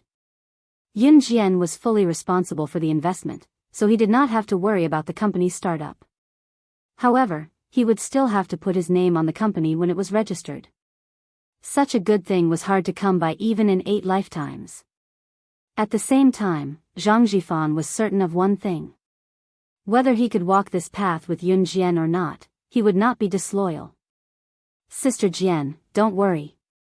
I, Zhang Jifan, guarantee you that I'll do my best." Zhang Jifan promised Yun Jian heavily. Ever since they were taken in by Yun Jian that day, Zhang Jifan and his buddies had regarded Yun Jian as their boss and called her Sister Jian. If Zhang Jifan became the company's leader, his buddies would naturally be the company's pioneers as well. The buddies looked at Yun Jian passionately and promised in unison, "Sister Jian, we promise that we won't be disloyal. We swear to follow you to the end." Yun Jian nodded with a smile and told Zhang Jifan subtly, "Send in the company's application form as soon as possible. Also, keep an eye out for the storefront and let me know when you find it. You don't have to worry about anything else." Zhang Jifan nodded. Coming out of the rented apartment where Zhang Jifan and his buddies stayed, Yun Jian and Snake Lizard walked on the road. "You're still as greedy for money as before. You own a few major international corporations but you still don't let go of any chance to earn money, Snake." Lizard walked beside Yun Jian and teased Yun Jian when she did not say anything just now. Yun Jian suddenly grinned and glanced at Snake Lizard from the corner of her eyes with a hint of teenage innocence. "If one doesn't love money, the devil takes the hindmost. Who can say no to money?" Snake Lizard was a rather aloof person. Hearing Yun Jian's words, she could not help smiling but keep quiet. On Monday, Yun Jian returned to school. Running a company couldn't be rushed, especially when it came to the application process. At this moment, Yun Jian was already sitting in class. She twirled the black pen in her hand in boredom and looked around leisurely. Once class ended, the 2 clowns, Chen Sini and Zhang Xiaofeng, came running to Yun Jian. "Hey, master, it's been so many days. You should teach your disciples some powerful skills, right? Just like that move of yours last time. You didn't even need to look at the ground to know that I was going to hook you with my leg, and you even had the time to kick me back.